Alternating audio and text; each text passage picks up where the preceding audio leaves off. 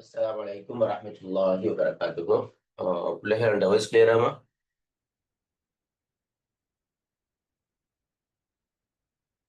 Oh, sir, clear. இன்னைக்கு நாங்க பார்க்குற பாடம் பிள்ளைகள் உமையாக்கள். என்ன உங்களுக்கு தெரியும், இஸ்லாமிய வரலாற்றுல பரம்பரை என்ற ஒரு ஆட்சி உருவாக்கப்படுறது முக்கியமாக 4 ஹலீஃபாக்களுக்கு பிறகு ஆட்சி செஞ்சால் உங்களுக்கு தெரியும் ஹசன் அலி அல்லாஹ் அவர்கள். ஹசன் அலி அவங்க முஆவியர் அலிக்கு ஆட்சியை விட்டு கொடுப்பதன் ஊடாக முல்கியானுகின்ற பரம்பரை ஆட்சி இஸ்லாமிய வரலாற்றுல தோற்றம் பெறுது. சரியா பிள்ளைகள்? இஸ்லாமிய வரலாற்றுல தோற்றம் பெறுது. இப்ப உங்களுக்கு தெரியும் பிள்ளைகள், பாஸ்பேப்பர்ல லேசான பகுதி அது. முல்கியத் ஹிலாஃபத்துக்கு இடையிலான வேறுபாடு, ஃபிக்ஹு ஷரியா 2021ஆம் ஆண்டு பாஸ்பேப்பர்ல முல்கியத்துக்கும் ஹிலாஃபத்துக்கும் இடையிலான வேறுபாடு என்ன? அதே மாதிரி ஃபிக்ஹுக்கும் ஷரியாவுக்கும் இடையிலான வேறுபாடு என்ன? 2022ஆம் ஆண்டு பாஸ் பேப்பர். 2023ஆம் ஆண்டு பாஸ் பேப்பர்ல நாகரிகம் பண்பாட்டுக்கு இடையிலான வேறுபாடு என்ற இந்த வேறுபாடு என்ற கேள்வி பிள்ளைகள் அடிக்கடி பாஸ் பேப்பர்ல வார. அந்த அடிப்படையில பிள்ளைகள் முக்கியமாக சில வேறுபாடு முல்கியா ஹிலாஃபத்துக்கு இடையிலான வேறுபாடு என்பது 2021ல பாஸ் பேப்பர்ல வந்திருக்குது. சில டைம்ல பிள்ளைகள் இப்படியும் ஒரு கேள்வியாக கேட்கலாம். சில டைம்ல வேண்டாம், அண்மை காலமாக வேறுபாடு கேட்காங்க. இப்ப பாஸ் பேப்பர்லயும் வேறுபாடு போட்டிருக்குது. அது எங்களுக்கு லேசாக விளங்கும். பாஸ் பேப்பர்ல போட்டிருக்குது முல்கியத் ஹிலாஃபத், நாகரிகம் பண்பாடு. சரியா பிள்ளைகள்? அப்ப நான் ஏற்கனவே விளங்கப்படுத்தினேன் நாகரிகம் பண்பாடுனா என்ன ஃபிக்ஹு ஷரியாவுக்கு இடையிலான வேறுபாடு. சரியா பிள்ளைகள்? ரைட். இப்ப சில டைம்ல பிள்ளைகள் இப்படி கொஞ்சம் வித்தியாசமாக இப்படி கேட்கலாம்டா, ஹிலாஃபத் ஆட்சியுடைய பண்புகள் என்ன? ஹிலாஃபத் ஆட்சியின் பண்புகள் அல்லது முல்கியத். ஹிலாஃபத் ஆட்சியுடைய பண்பை நாங்க சொன்னோம்னா இந்த பண்புக்கு நெகட்டிவாகத்தான், எதிர்மறையாகத்தான் முல்கியத் என்கின்ற அந்த விடைய காணப்படும்.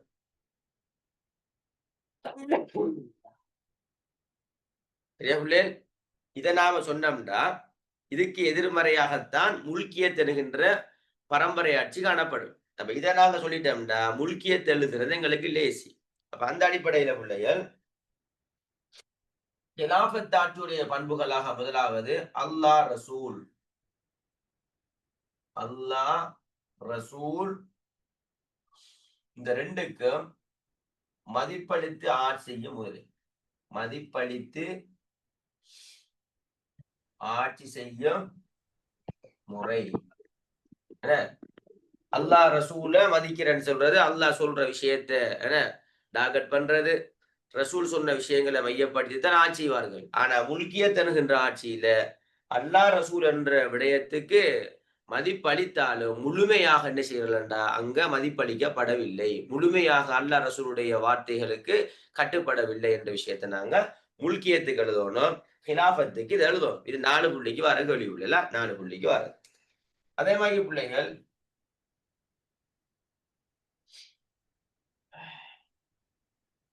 இரண்டாவது ஆட்சியாளர்களை தெரிவு செய்த விடயத்தில், ஆட்சியாளர்களை தெரிவு செய்த விடயத்தில் உள்ள இங்க என்னன்னா பையத் என்ற விஷயம் முக்கியத்துவப்படுத்தப்படும். பையத் அதாவது நவீன காலத்துல நாங்க இப்ப எலெக்ஷன் என்று சொல்ற மாதிரி அந்த காலத்துல பயன்படுத்தப்பட்ட ஒரு சொல்லுத்தான் பிள்ளைகள் பையத், சத்திய பிரமாணம். அந்த காலத்துல பயன்படுத்தப்பட்டதுதான் சத்திய பிரமாணம் என்பது. அதாவது ஹலீஃபாவுக்கோ உங்களை ஏற்றுக்கொள்றேன் என்று சத்திய பிரமாணம் செய்வார். ஆனா கிலாபத் ஆட்சியில இந்த பண்பு இருக்கும். ஆனா முல்கியத் ஆட்சியில நீங்க பாத்தீங்கன்னா அதாவது தகுதி உள்ளவர்கள் தகுதி இல்லாதவர்கள் இப்ப ஹலீஃபா முஆவியா தண்ட மகன் யசீத தகுதி இல்லாத யசீத வச்சார். அப்ப அங்க மக்கள் பையத்தெல்லாம் பெறல, மக்களோட சத்த மதீனா மக்கள் ஏற்றுக்கொள்ளல, யசீத ஏற்றுக்கொள்ளல. அப்ப நல்ல விலை கொள்ளணும். இஸ்லாமிய கிலாபத் ஆட்சியுடைய பண்புகளாக ஆட்சியாளர்கள் தெரிவு செய்யப்படுறது பையத் அடிப்படையில் என்ற விஷயம் கொண்டு வரும். அதே மாதிரி பிள்ளைகள் சொல்லுங்க.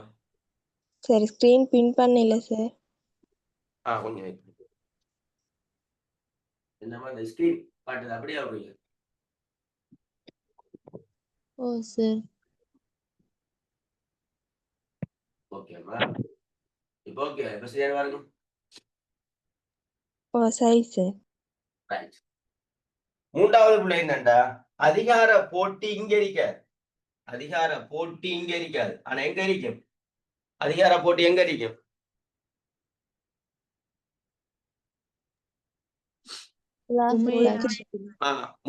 முல்கியத்துல இருக்கும். முல்கியத்துல இருக்கும். இங்க இருக்காது. அப்ப இதை படிச்சா பிள்ளைகள் முல்கியத்து படிச்சமா ஆக்கிதான் நல்லா விளைவிக்கணும். கிலாஃபத் ஆட்சியுடைய பண்பை படிச்சோம்னா இதுக்கு நெகட்டிவா தானது வரும், இதுக்கு எதிர்மறையா தானது வரும், முல்கியத்து வரும். சரியா பிள்ளைகள்? ரைட். அதே மாதிரி தமது பலம் அதிகாரத்தினூடாக ஆட்சியில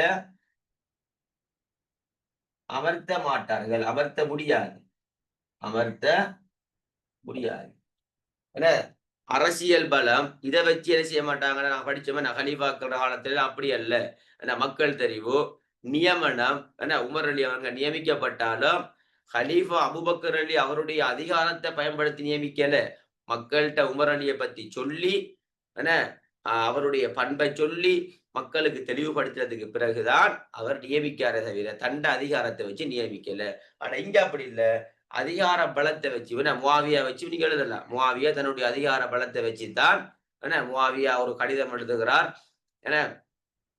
மதீனாவில் இருக்கக்கூடிய மர்வான் இப்னு ஹக்கமுக்கோ நான் என்ன செய்ய போறேன், இந்த ஒரு எனக்கு பின்னால ஒரு ஆளை நான் என்ன செய்ய போறேன் ஜனாதிபதியாக, அதாவது ஒரு ஆட்சியாளர் நியமிக்கப்படுறேன்னு சொன்ன போதும் அப்ப அவரும் பார்த்தாரு நல்லம் தானண்டு. அங்க வருது அடுத்த கடிதம். யாரை நியமிக்கப்படுறாரா? மகன் யசீத். தண்ட மகன் யசீத். அப்ப மக்கள் யசீத விரும்பல. அப்ப மக்கள் விரும்பாட்டியம் அப்ப அவங்களுடைய அதிகார பலத்தை பயன்படுத்தித்தான் என்ன செய்வாங்கன்னா முல்கியத்துல வரும். ஆனா இங்க அப்படி அல்ல. ரசூலுல்லாவாக இருக்கலாம், 4 ஹலீஃபாக்களாக இருக்கலாம், தமது பலம் அதிகாரத்தின் மூலமாக யாரையும் அமர்த்த மாட்டார்கள். அதே மாதிரி பிள்ளைகள் பையத் என்பது நிர்பந்தமாக இருக்காது. இங்கே பையத் என்பது நிர்பந்தம் அல்ல, கட்டாயம் பையத் செய்யத்தான் வேணும் என்று இல்லை. ஆனா அப்படி அல்ல. முஆவியாவை நீங்க பாத்தீங்கன்னா அந்த மகான் யசீத கட்டாய மக்களை வற்புறுத்தி நீங்க இவரை ஏற்றுக்கொள்ளத்தான் வேணும் என்ற அடிப்படையில தான் அங்க நடக்குது. அப்ப இது சும்மா 4 மார்க்ஸுக்கு வரக்குள்ள இருந்தாலும் கொஞ்சம் வித்தியாசமாக வளமையாக முல்கியத் ஹிலாஃபத் அப்படி வேறுபாடு வார அப்படியும் வரலாம். சில டைம்ல கொஞ்சம் வித்தியாசமாக ஹிலாஃபத்துடைய ஆட்சி பண்புகள் என்ன, முல்கியத்துடைய ஆட்சியுடைய பண்புகள் என்ன என்று சில டைம்ல கேட்டு வந்தா இதை நாங்க என்ன செய்யலாம்டா அழகான முறையில பிள்ளைகள் இதை வச்சு நாங்க எழுதலாம். சரியா பிள்ளைகள்? ரைட்.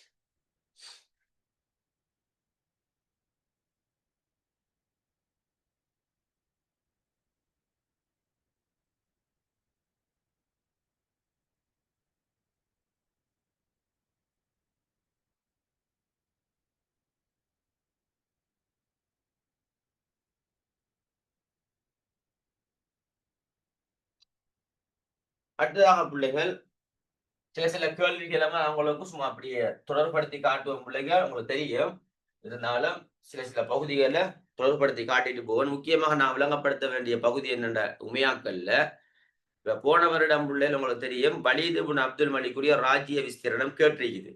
இதே போல வலீத் இப்னு அப்துல் மலிக்குடைய ராஜ்ய விஸ்தீரணம் சின்னாசியா, மத்திய ஆசியா, ஸ்பெயின், இந்தியா இதெல்லாம் கேட்டிருக்குது. ஆனா பிள்ளைகள் 2021ஆம் ஆண்டு பாஸ் பேப்பர்ல நீங்க 3வது கேள்வியை பாத்தீங்கன்னா வலீதுடைய ஆட்சி ஸ்பெயின் வெற்றி தனியா கேட்டு ஸ்பெயின். அப்ப இதுல பிள்ளைகள் ஒன்று ஸ்பெயினை கேட்கலாம் அல்லது இந்தியாவை கேட்கலாம். ஸ்பெயினை கேட்கலாம் அல்லது பிள்ளைகள் இந்தியாவை கேட்கலாம். ஸ்பெயின்ல நீங்க பாத்தீங்கன்னா பிள்ளைகள் 5 பேர் வரணும். முக்கியமாக ரொட்ரிக் என்கின்ற மன்னன், ஜூலியன் என்கின்ற சிற்றரசன், அடுத்தது பிள்ளைகள் மூசா பின் நுசைர், 4வது ரொட்ரிக் என்கின்ற மன்னன், ஜூலியன் என்கின்ற சிற்றரசன், மூசா பின் நுசைர், வலீத் இப்னு அப்துல் மலிக், 5வது தாரிக் பின் சியாத்.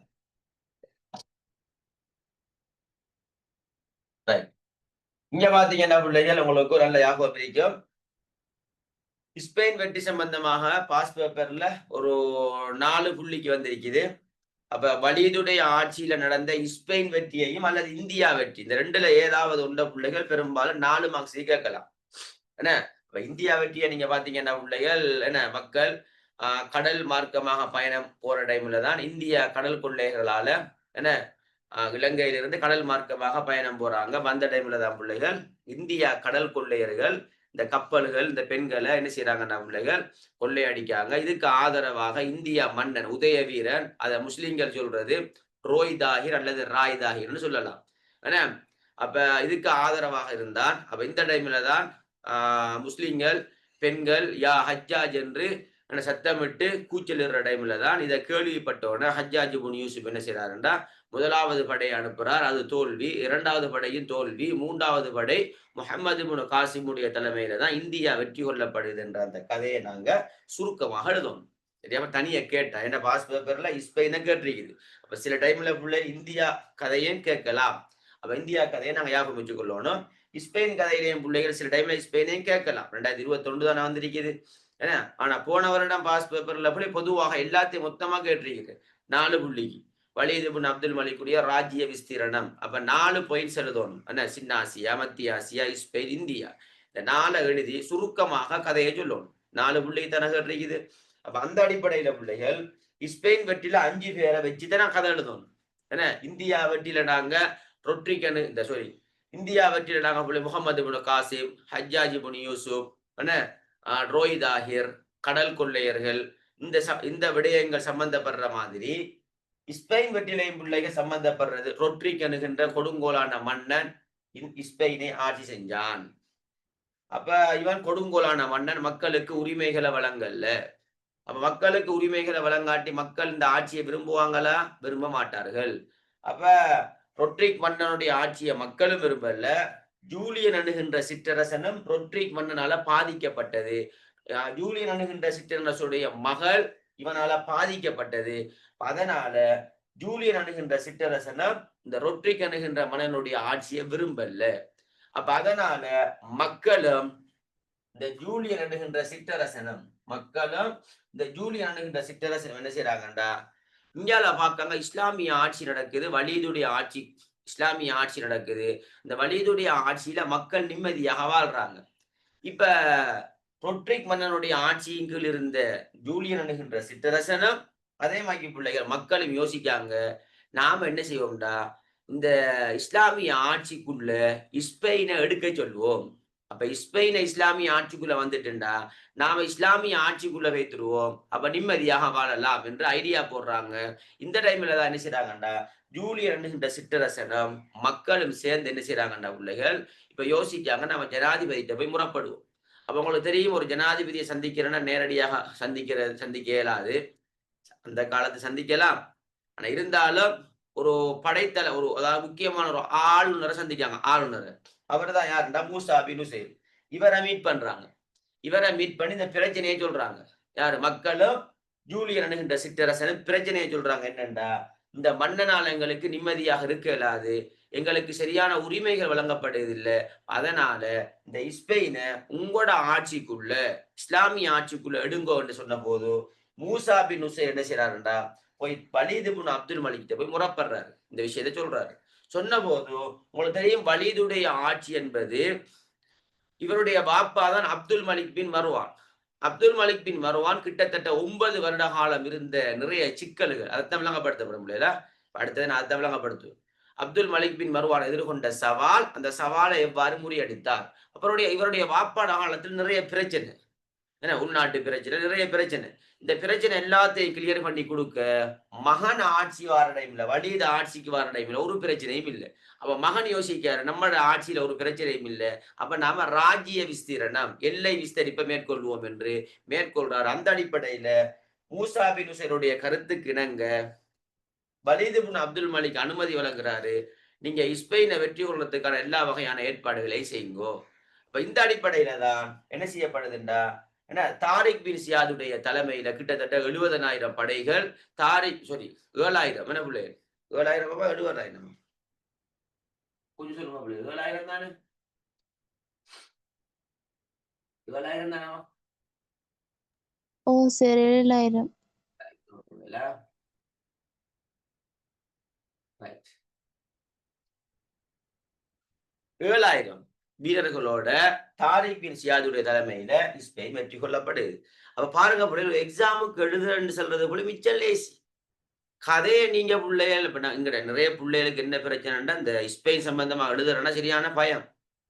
ஏன் என்ன பயம்டா எப்படி எழுதுற லேசா படிக்கணும் பிள்ளைகள் வரலாற படிக்கின்ற போது இப்படித்தான் படிக்கணும். இது பாருங்க 5 பேரை போட்டா இந்த 5 பேரை வச்சு கதை சொல்லணும் நம்ம கதை.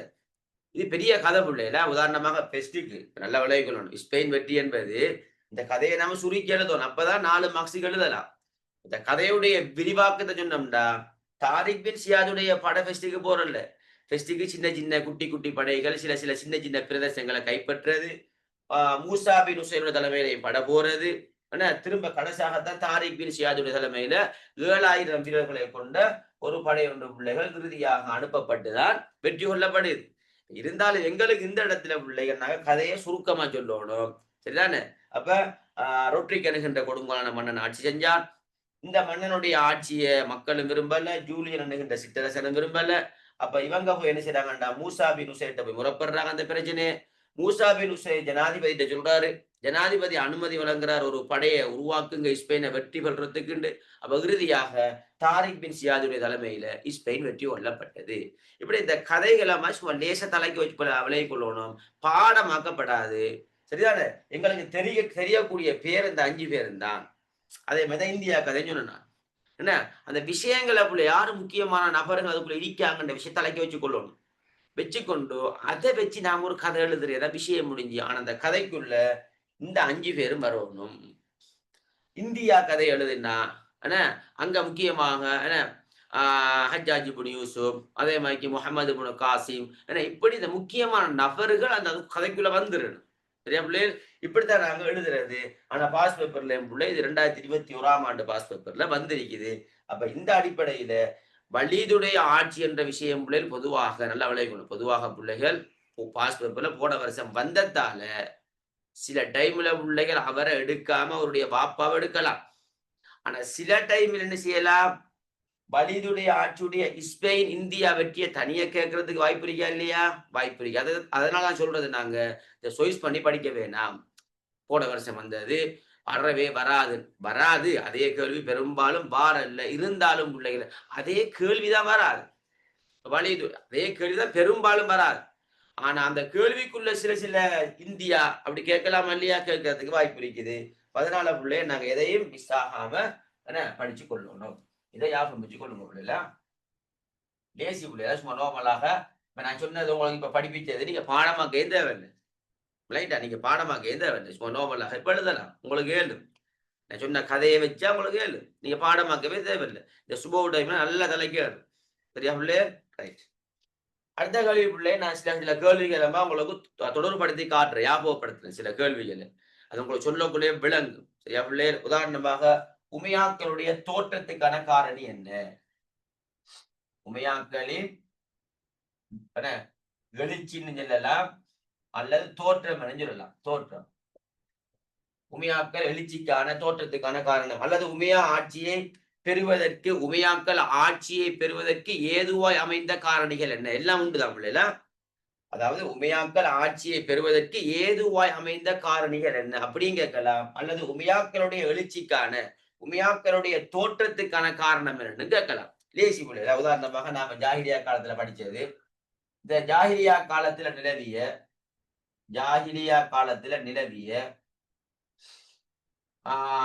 உமையா ஹாஷி இந்த 2 பேருக்கு இடையில ஏற்பட்ட அதிகார போட்டி என்ன இதுவும் உமையாக்கள் தோற்றத்துக்கான ஒரு முக்கியமான காரணி.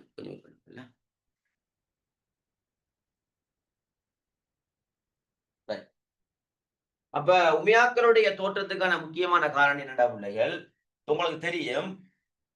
ஜாஹிலியா காலத்துல சில முக்கியமான பொறுப்புகள் இருந்தது. என்ன நான் ஏற்கனவே படிச்சது. ஹிஜாபா, லிவா, நதுவா இந்த பொறுப்புகள் இருந்துச்சு. இந்த பொறுப்பை 2 குடும்பம் எடுக்க போட்டியிட்டார்கள். அந்த 2 குடும்பம் தான் முக்கியமாக உமையா குடும்பம், ஹாஷிம் குடும்பம். அப்ப உண்மையாகவே யார் எடுத்துக்கொண்டார்கள்? ஹாஷிம்கள் எடுத்துக்கொண்டார்கள். எடுத்தா உமையாக்களுக்கு அந்த உள்ளத்துல ஒரு பொறாமை ஒன்று இருக்குமா இல்லையா?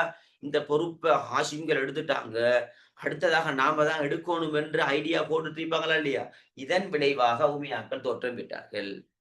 சரியா? ஸ்கூல்ல நான் சொன்ன மாதிரி உங்களுடைய ஸ்கூல்ல ஒரு பொறுப்பை பிரின்சிபல் ஒரு பெஞ்சியை கொடுத்தா, உங்களுக்கு விருப்பம் நமக்கு தரணும் என்று. அந்த பெஞ்சுக்கு விருப்பம் நமக்கு தரணும் என்று. கடைசியாக ஒரு பெஞ்ச் எடுத்துட்டாங்க. எடுத்தா உங்களுக்குள்ள ஒரு வகையான பொறாமை ஒன்று இருக்கு. நமக்கு தரல. அல்லாஹ் இருக்கு வார வருஷம் உங்களுக்கு என்ன தர உர்றல்ல. நாங்க தான் எடுப்போம் என்று ரகசியமாக காய் நகர்த்தி வார வருடம் அந்த பொறுப்பை நீங்க எடுக்கிற மாதிரி. அதே மாதிரித்தான் இவங்க என்ன செஞ்சாங்கண்டா, ஜாஹிலியா காலத்தில் இருந்த முக்கியமான பொறுப்புகள் இருக்கா இல்லையா? இப்பய காலத்துல கல்வி அமைச்சர், நீதி அமைச்சர், நிதி அமைச்சர் என்று சொல்ற மாதிரி ஒரு முக்கியமான பொறுப்பு பிள்ளைல. ஒரு முக்கியமான பொறுப்பு அது அந்த காலத்துல. அப்ப போட்டியிட்டார்கள் உமையாக்கள், ஹாஷிம்கள். அப்ப இறுதியாக ஹாஷிம்கள் எடுத்துக்கொண்டாங்க. ஆனா இவங்களுக்கு ஒரு பொறாமை இருக்குமா இல்லையா? அந்த பொறாமையின் விளைவாக உமையாக்கள் ஆட்சியை இவர்கள் தோற்றுவித்தார்கள். இது ஒரு பாயிண்ட்ஸாக நான் கருதலாம். 2வது அறியும் பிள்ளைல உங்களுக்கும் லேசி பிள்ளைல நான் சொன்ன மாதிரி உஸ்மான் அலியருடைய கொலை. அதே மாதிரி இந்த கொலையாளியை இனங்கண்டு தண்டனை வழங்குவதில் ஏற்பட்ட தாமதம். இதுவும் உமையாக்களுடைய தோற்றத்துக்கான காரணம். அப்ப உங்களுக்கு தெரியும் உஸ்மான் அலி அவங்க கிளர்ச்சிக்காரர்களா அல்லது கலகக்காரர்களா கொலை செய்யப்படுறாங்க. இந்த டைம்ல தான் முஆவியா ஒரு கடிதம் எழுதுறாரு அலிரலிக்கு. என்ன உஸ்மான் அலி கொலை செய்யப்பட்ட அலிரலி தான் ஆட்சிக்கு வருவாங்க. அப்ப உடனடியாக உஸ்மான் அலி அவங்களை கொலை செஞ்சவர்களை நீங்க என்ன செய்ய வேண்டும், தண்டிக்க வேண்டும் என்று. ஆனா அலிரலி கொஞ்சம் வெயிட் பண்றாரு. ஏன் வெயிட் பண்றாருண்டா, இந்த அப்துல்லாஹ் இப்னு சபாவும் அந்த டீமும் அலிரலிக்கு சார்பானவர்கள். அப்ப இவங்களை தண்டிச்சா அலிரலிக்கு எதிராக மாறினா ஏற்கனவே நாட்டில் ஒரு பிரச்சனை, உஸ்மான் அலி கொலை செய்யப்பட்டது. திரும்ப இந்த பிரச்சனையை வந்தா நிறைய எக்கச்சக்கமான நாட்டுல கட்டும் குழப்பமும் ஏற்படும். அதனால கொஞ்சம் வெயிட் பண்றார். இருந்தாலும் முஆவியா ஒரு படையெடுத்துட்டு வந்தார். இவரும் ஒரு படையெடுத்துட்டு போனார். 2 பேரும் சந்திக்கிற இடம் தான் சிஃபியேன். இந்த சிஃபியன் யுத்தத்துல பாத்தீங்கன்னா முஆவியா அவருடைய தந்திரத்தை கையாண்டு சிஃபியன் யுத்தத்துல சமாதானத்துக்கு போறாங்க. அப்ப முஆவியாவுக்கு விளங்கிட்டு நாம தோல்வி அடைவோம். அதனாலதான் ஈட்டி முனையில குர்ஆன் வசனத்தை காட்டி போரை நிறுத்துறாங்க. ஆனா அலி சொல்றாரு, இந்த போரை நாம தொடருவோம் என்று. இருந்தாலும் அலிரலிக்கு சார்பாக இருந்த மக்கள் இருக்காங்களே அவங்க கொஞ்சம் பலகீனம், பச்சோந்திமாக்கி டக் டக்குன்னு மாறுவாங்க. அப்ப நல்லா விளைவிக்கொள்ளுங்க. இதுக்கு 2 பாயிண்ட்ஸ் இருக்கு, 2 விஷயம் இருக்கு. ஒன்று உஸ்மான் அலியுடைய கொலைய இனங்கண்டு தண்டனை வழங்குறதுல ஏற்பட்ட தாமதமும் உமையாக்களுடைய தோற்றத்துக்கான காரணம் என்னண்டா, சிஃபின் யுத்தத்துல சமாதானத்துக்கு போனாங்களா இல்லையா? இந்த சமாதானத்துக்கு போனது என்பதும் இதுக்குள்ள வாரது. சிஃபின் யுத்தம் நடந்துச்சு. நடந்து சமாதானத்துக்கு போனாங்களா இல்லையா? இந்த சமாதானத்துக்கு போனது என்பதும் உமையாக்களுடைய தோற்றத்துக்கான முக்கியமான காரணம். ஏனென்றா போர் நடந்து முஆவியா தோல்வி அடைஞ்சிருந்தா மக்களுடைய உள்ளத்துல என்ன இருக்கும்? முஆவியா தோல்வி அடைஞ்சிட்டார். ஏன்னா அவர் ஒரு கட்ஸ் ஒன்று இல்ல. அப்படி மக்களுடைய மனநெல்லாம் மாறிடும். அதனால இவர் பார்க்காரு, நாம தோல்வி அடையப்படாது. நாம என்ன தோல்வி அடைஞ்சா குழப்பம். அப்ப அதனால சமாதானத்துக்கு போறாங்க. எனவே உஸ்மான் அலியுடைய கொலையாளியை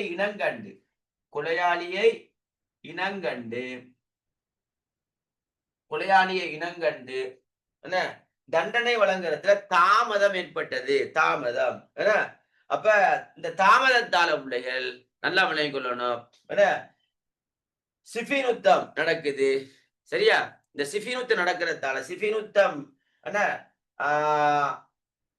சமாதானத்துக்கு சென்றதும் கூட, சிஃபின் யுத்தத்துல சமாதானத்துக்கு போனதும் கூட இந்த உமையா ஆட்சியின் தோற்றத்துக்கு வித்திட்டது என்ற விஷயத்தை நாங்க 2வது விஷயத்தில் எழுதணும். 3வது பிள்ளைகள் நீங்க லேசா எழுதி கொள்ளலாம். சிஃபின் யுத்தம், அதே மாதிரி நகர்வான் சொல்றது பிள்ளைகள் உங்களுக்கு தெரியும். அலிரலி அவர்களுக்கும் ஹவாரிஜிங்களுக்கு இடையில் நடக்கிற போர். இந்த போர்ல நல்லா விளங்கிக் கொள்ளணும். அதாவது பிள்ளை சிஃபின் யுத்தத்தின் விளைவாக நல்லா விளங்கிக் கொள்ளணும். சிஃபின் யுத்தத்தின் விளைவாக 2 அக்கீதாவுக்கு முரணான சிந்தனை பிரிவுகள் தோற்றம் பெறாங்க. ஒன்று ஹவாரிஜிங்கள், இன்னொன்று ஷியாக்கள். இந்த ஹவாரிஜிங்கள் என்ன செஞ்சாங்கடா, என்ன போர் சிஃபின் யுத்தம் முடிச்சு அதுக்கு பிறகு அலிரலியை போட்டு தொல்லப்படுத்தினார்கள். தொல்லப்படுத்திய விளைவாகத்தான் நகர்வான் என்ற இடத்துல, அதாவது நகர்வான் என்ற ஒரு போர் நடக்குது. இது அலிரலி அவர்களுக்கும் ஹவாரிஜிகளுக்கும் இடையில நடக்குது. சரியா பிள்ளைகள்? நல்ல இதன் விளைவாகத்தான் அலிரலி அவங்க கொலை செய்யப்படுறாங்க. இதன் விளைவாகத்தான் அலிரலி கொலை செய்யப்படுறாங்க. கதை என்னண்டா பிள்ளைகள், சிஃபின் யுத்தம் நகர்வான் யுத்தத்துல அலிரலி தரப்பில் இருந்தவர்களுடைய அதிருப்தி, அலிரலி தரப்பில் இருந்தவர்களுடைய அதிருப்தினா ஸ்ட்ராங்கான ஆட்கள் இல்லை. சிஃபின் யுத்தத்துல பாருங்க, சிஃபின் யுத்தத்துல அலிரலி என்ன சொல்றாரு, யுத்தத்தை தொடருவோம் என்று. ஆனா இவங்க என்ன செய்யறாங்க, இல்ல இல்ல, அப்ப அலிரலி கட்டுப்படல, ஸ்ட்ராங்கான ஆட்கள் இல்லை. ஆனா இவங்கள்ட்ட முஆவியாவிட்ட இருந்தாக்களை பாருங்க, சும்மா யோசிச்சு பாருங்க பிள்ளைல. உதாரணம் முஆவியாவிட்ட இருந்தாக்கள், உதாரணத்துக்கு முதலாவதாக அம்ர் இப்னு ஆஸ், அம்ர் இப்னு ஆஸ். அதே மாதிரி பிள்ளைகள் இன்னொரு ஆள் முகீரா, முகீரா. அதே மாதிரி பிள்ளைகள் சியார்.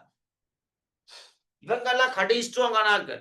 ஆனா அலிரலிக்கு சார்பாக இருந்தாக்க பச்சோந்தி மாதிரி, என்ன டக் டக்குண்டு மாறுற பலகீனம். அப்ப இதுவும் ஒரு காரணம், உமையாக்களுடைய எழுச்சிக்கான ஒரு காரணம். ஏனென்றா அலிரலிக்கு சார்பாக இருந்தவர்கள் ஸ்ட்ராங்கானவர்களாக இருந்திருந்தா உமையா பரம்பரை தோற்றுவிக்கப்பட்டிருக்காது.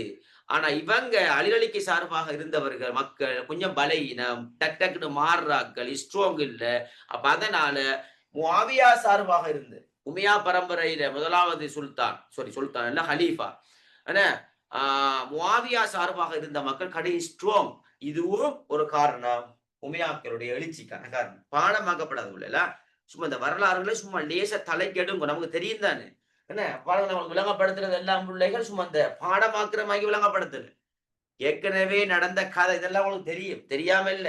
உஸ்மான் கொலை, ஏன்னா இதெல்லாம் தெரியுமா உங்களுக்கு, எந்த பாயிண்ட்ஸும் தெரியாம இல்ல.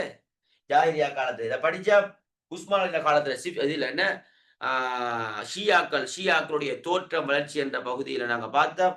என்ன அதே மாதிரி பிள்ளைகள் சிஃபின் யுத்த நகர்வான் யுத்த சம்பந்தம் எங்களுக்கு தெரியும். தெரிஞ்ச விஷயத்தை வச்சுதான் நாங்க வசனம் அமைக்கிறது. அப்ப பாருங்க 3 பாயிண்ட்ஸ் வந்துச்சு. என்ன 3 பாயிண்ட்ஸ் வந்துச்சு. ஞாபகப்படுத்திடுவோம் பிள்ளைல, தலைக்கப்பட்டது. ஓகே. அடுத்தது முஆவியாவுடைய 4வது, முஆவியாவுடைய நிர்வாக திறமை, நிர்வாக திறமையம், அவருடைய ராஜதந்திரம். முஆவியா உண்மையாகவே பிள்ளை நிர்வாக திறமை உடையவர். சரியா? திறமை. ரசூலான காலத்துல குத்தாபுல் வஹி, அபூபக்கருடைய காலத்துல ஒரு படைக்கு உபதளபதியாக நியமிக்கப்படுறார். உமருடைய காலத்துல ஜோர்தான் என்ற பகுதி கொடுக்கப்படுது. உஸ்மானுடைய காலத்துல என்ன சிரியா முழுவதும் கொடுக்கப்படுது. அப்ப ரசூலுல்லா குத்தாபுல் வஹில முஆவியாவை வைக்காருண்டா தகுதி இல்லாத ஒரு அளவு வைப்பார் ரசூலுல்லா, வைக்க மாட்டார். 4 ஹலீஃபாக்கள் இவரை பதவியில அமர்த்துறாங்கண்டா, முக்கியமாக 3 ஹலீஃபாக்கள் என்ன அமர்த்துறாங்கண்டா, பிள்ளைகள் தகுதி இல்லாத ஒரு ஆளை வைப்பாங்களா? இல்ல. அப்ப முஆவியாவுடைய நிர்வாக திறமையும் ஒரு காரணம், உமையாக்களுடைய எழுச்சிக்கான காரணம். அதே மாதிரி அவருடைய ராஜதந்திரம். உங்களுக்கு தெரியும், ஒரு வித்தியாசமாக யோசிப்பாரு பாருங்க. சிஃபின் யுத்தம் நடக்கின்ற போதும் என்ன உடனடியாக நாம போரை நிறுத்தணும், இல்லாட்டி சிக்கல், மக்கள் நம்மளை விரும்ப மாட்டாங்க, முஆவியா தோல்வி அடைஞ்சிட்டார், அப்படியான ஒரு மனோநிலை வந்துரு. அதனால ஒரு வகையான ராஜதந்திரம் எல்லாம் ரிக்ஸ் எல்லாம் இருக்குது. எந்தெந்த இடத்துல எப்படி காய் நகர்த்தணும் என்ற அந்த ரிக்ஸ் எல்லாம் இருக்குது. அப்ப இதுவும் ஒரு காரணம், உமையாக்களுடைய எழுச்சிக்கான முக்கியமான காரணி. சரியா? அதே மாதிரி 5வது, முஆவியார் அலி அவர்களுக்கு சிரியாவுல, சிரியானா ஷாம், சிரியாவுல பிள்ளைகள் மக்களுடைய ஆதரவு கிட்டத்தட்ட 20 வருடம் ஷாம்ல ஆட்சி செய்கிறார்.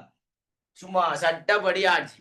மக்கள் இவரை உண்மையா விரும்பினாங்க. இந்த சிரியா மக்கள் முஆவியா விரும்பினாங்க. அப்ப உங்களை பாருங்க, நல்லா யோசிச்சு பாருங்க. அலி மௌத்தாக அங்கால ஹசன் அலி வராரு, இங்கால முஆவியா நான் தான் ஜனாதிபதி என்று சொல்றாரா இல்லையா?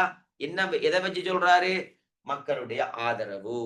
ஏண்டா ஒரு இடத்துல உள்ள நல்ல விளைவுக்கு நாங்க வரலாறுல படிச்சிருக்கிறோம். உமையாக்கள் அவங்களுடைய நிர்வாகத்துல நீங்க பாத்தீங்கன்னா பிள்ளைகள், இந்த அப்பாசியர் நிர்வாகம் செய்கின்ற போது என்ன செஞ்சானுங்கண்டா, ஒரே இடத்துல ஒரே ஆளுநரை நியமிப்பதை தவிர்த்து கொண்டார்கள். ஆனா உமையாக்கள் அப்படி இல்லை, ஒரே இடத்துல ஒரே ஆளுநரை அப்படியே வச்சு கொண்டாங்க. நல்லா விளைவிக்கணும். ஆனா அப்பாசியர்ல பாருங்க, நீ ஆட்சி செய்கின்ற போது ஒரே இடத்துல ஒரே ஆள் ஒன்றை வச்சு கொள்றல. ஏன்னு கேட்டா ஒரு ஆளை தொடர்ந்து ஒரு இடத்துல வச்சா என்ன நடக்கும்? அந்த இடத்தை பிடிச்சிருவாங்க. என்ன? அப்ப அதனால பிள்ளைங்க நல்ல ஞாபகம் வச்சு கொள்ளுங்க. என்ன? இவர் முஆவியா அவர் என்ன செய்யறாருன்னா பிள்ளைகள் நல்ல ஞாபகம் வச்சு கொள்ளுங்க. என்ன? சிரியாவில் ஆட்சி செய்யற கிட்டத்தட்ட 20 வருடம். ஆனா 20 வருடம் நல்ல சிறப்பாகத்தான் ஆட்சி செஞ்சார். அதனாலதான் மக்கள் விரும்பினு. இதுவும் ஒரு காரணம். உமையாக்களுடைய எழுச்சி அவருக்கு பெரிய ஆதரவு டீம் ஒன்று இருக்கா இல்லையா? இப்ப டீம் இல்லாட்டி பிள்ளைகள் இவர் வரலாமா? ஆட்சியை தோற்றுவிக்கலாமா? அப்ப இவருக்கு ஒரு டீம் ஒன்று இருக்கு. எங்கண்டாது உமையாக்கல்ல நடந்த ஒரு விஷயம் என்னண்டா, உமையாக்கல்ல பிள்ளைகள் எல்லாம் விளைய கொள்ளணும். என்ன? ஒரே ஆனா ஒரே இடத்துல ஒரு ஆள் அப்படியே தொடர்ந்து வச்சா என்ன செய்வாங்கண்டா, என்ன மக்களுடைய ஆதரவை பெற்று அதனூடாக என்ன செய்யலாம்? அதனூடாக என்ன செய்யலாம்டா பிள்ளை நல்லா ஞாபகம் வச்சுக்கொள்ளணும். ஒரு ஆட்சியை தோற்றுவிக்கலாம். அப்படியான விஷயமும் நடக்குது நடக்குது. எனவே முஆவியா என்ன செய்யறாங்க? கிட்டத்தட்ட 20 வருடம் ஷாமுல 20 வருடம் அப்படியே தொடராக இருக்கிறார். அப்ப இது ஒரு சாதகமா பெய்தவருக்கு உமையாக்களை தோற்றுவிக்கிறதுக்கு என்ன காரணம்டா, மக்களுடைய ஆதரவு இருந்தது. நல்லா ஆட்சி செஞ்சார். மக்களுடைய ஆதரவு இருந்துச்சு. அப்ப அதனால என்ன முஆவியா ரலியல்லாஹு அன்ஹு அவர்கள் என்ன சிரியா உடைய மக்களுடைய ஆதரவும் செல்வாக்கும் உமையாக்களுடைய எழுச்சிக்கான முக்கியமான ஒரு காரணி.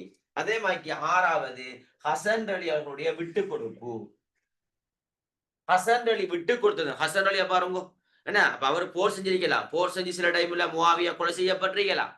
அப்ப கொலை செய்யப்பட்டா அப்ப முஆவியா இல்லாட்டி உமையா ஆட்சி தோற்றம் இல்லையே. ஆனா இருந்தாலும் பெரிய மனசு வச்சு ஹசன் அலி என்ன செய்யறாருண்டா, அலிக்கு பின்னால் அவரை ஆட்சி எடுக்காம என்ன முஆவியாவுக்கு விட்டு கொடுக்காரு. இந்த விட்டு கொடுத்தது என்பது உமையாக்களுடைய எழுச்சிக்கான முக்கியமான காரணம். திரும்ப அடுத்தது நாங்கள் எழுதலாம். நிறைய இருக்கு. சும்மா 6 பாயிண்ட்ஸ் இருந்தா போதும். முஆவியா தனக்கு பின் தண்ட மகன் யசீதை நியமிச்சது என்பது உமையாக்களுடைய எழுச்சிக்கான முக்கியமான காரணி. தண்ட மகன் யசீதை வைக்காம விட்டிருந்தா உமையாக்கள் ஆட்சி செஞ்சிருப்பாங்கல்ல. முஆவியா உமையாதான். அவரோட ஆட்சி முடிஞ்சிருந்தா உமையா ஆட்சி வெளிச்சி இல்லை. ஆனா அவர் என்ன செஞ்சாருன்னா தண்ட பரம்பரை தான் ஆட்சிக்கு வரணும் என்று முஆவியாக்கு பிறகு தண்ட மகனை நியமிச்சாரா இல்லையா? அதான் உமையாக்கள் தொடராக ஆட்சி செய்யறதுக்கு ஒரு முக்கியமான காரணி.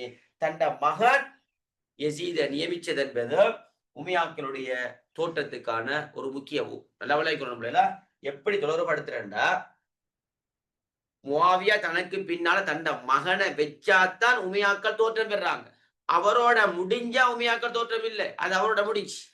அவர் உமையா வம்சம் தான். ஓகே. ஆனா அவரோடைய முடிஞ்சா ஆனா அவரோட முடியாம அவருடைய மகனை வைக்கிறார் இல்லையா? அப்ப உமையாக்களுடைய தோற்றுவிக்கிறார். உமையாக்களை தோற்றுவிக்கிறார். அழகா எழுதலாம் இல்ல? அழகா சட்டப்படி எழுதலாம். ஏற்கனவே படிப்பிச்ச விஷயம்தான். இருந்தாலும் சும்மா தொடர்புபடுத்தி காட்டுற முடியல. அவங்களுக்கு லேசா இப்ப பதியும். நான் சொல்ற விஷயம்லாம் தலைக்குள்ள பதியும் உங்களுக்கு. இதெல்லாம் எதுவுமே புது விஷயம் ஒன்று இல்லையா? இதெல்லாம் புதுசு இல்லை. ஏற்கனவே இருந்த விஷயங்களை கொஞ்சம் எடுத்து அவ்வளவுதான். இதான் வரலாறு லேசின்னு சொல்றது. என்ன புதுசா படிக்கிறல உண்டு. சில விஷயங்களை எடுத்து போடுறதான் விஷயம் பிள்ளைகள். வேற ஒன்றும் இல்லை. விஷயம் லைட்டா பிள்ளைகள் உங்களுக்கு கலவலையும் தானே உங்களுக்கு கிளியரா பிள்ளைகள் சொல்லுங்க. ஓ சார் கிளியர் சார். ஓகே பிள்ளைகளா, ரைட். சும்மா நார்மலா பிள்ளைகள் ரைட். மாஷா அல்லாஹ் எல்லாரும் கிளியர். என்ன பிள்ளை நான் கதை சொல்ற மாதிரி தான் சொல்றேன். என் பிள்ளை கொஞ்சம் வாய்ஸ் கொஞ்சம் கிளியர் இல்லாம இருக்கலாம். ஆனா கிளியர் தான். சத்தம் இல்லாம இருக்கலாம் பிள்ளை. இல்ல சத்தம் அவங்களுக்கு தெரியும் அப்படின்ட்டு நினைக்க விளங்கும். என்ன விளங்காம இருக்காத பிள்ளைகள் விளங்கும். இதான் விஷயம் பிள்ளைகளா. சும்மா அவங்களுக்கு தொடர்படுத்தி காட்டுறேன்னா ரைட். அதே மாதிரி பிள்ளைகள்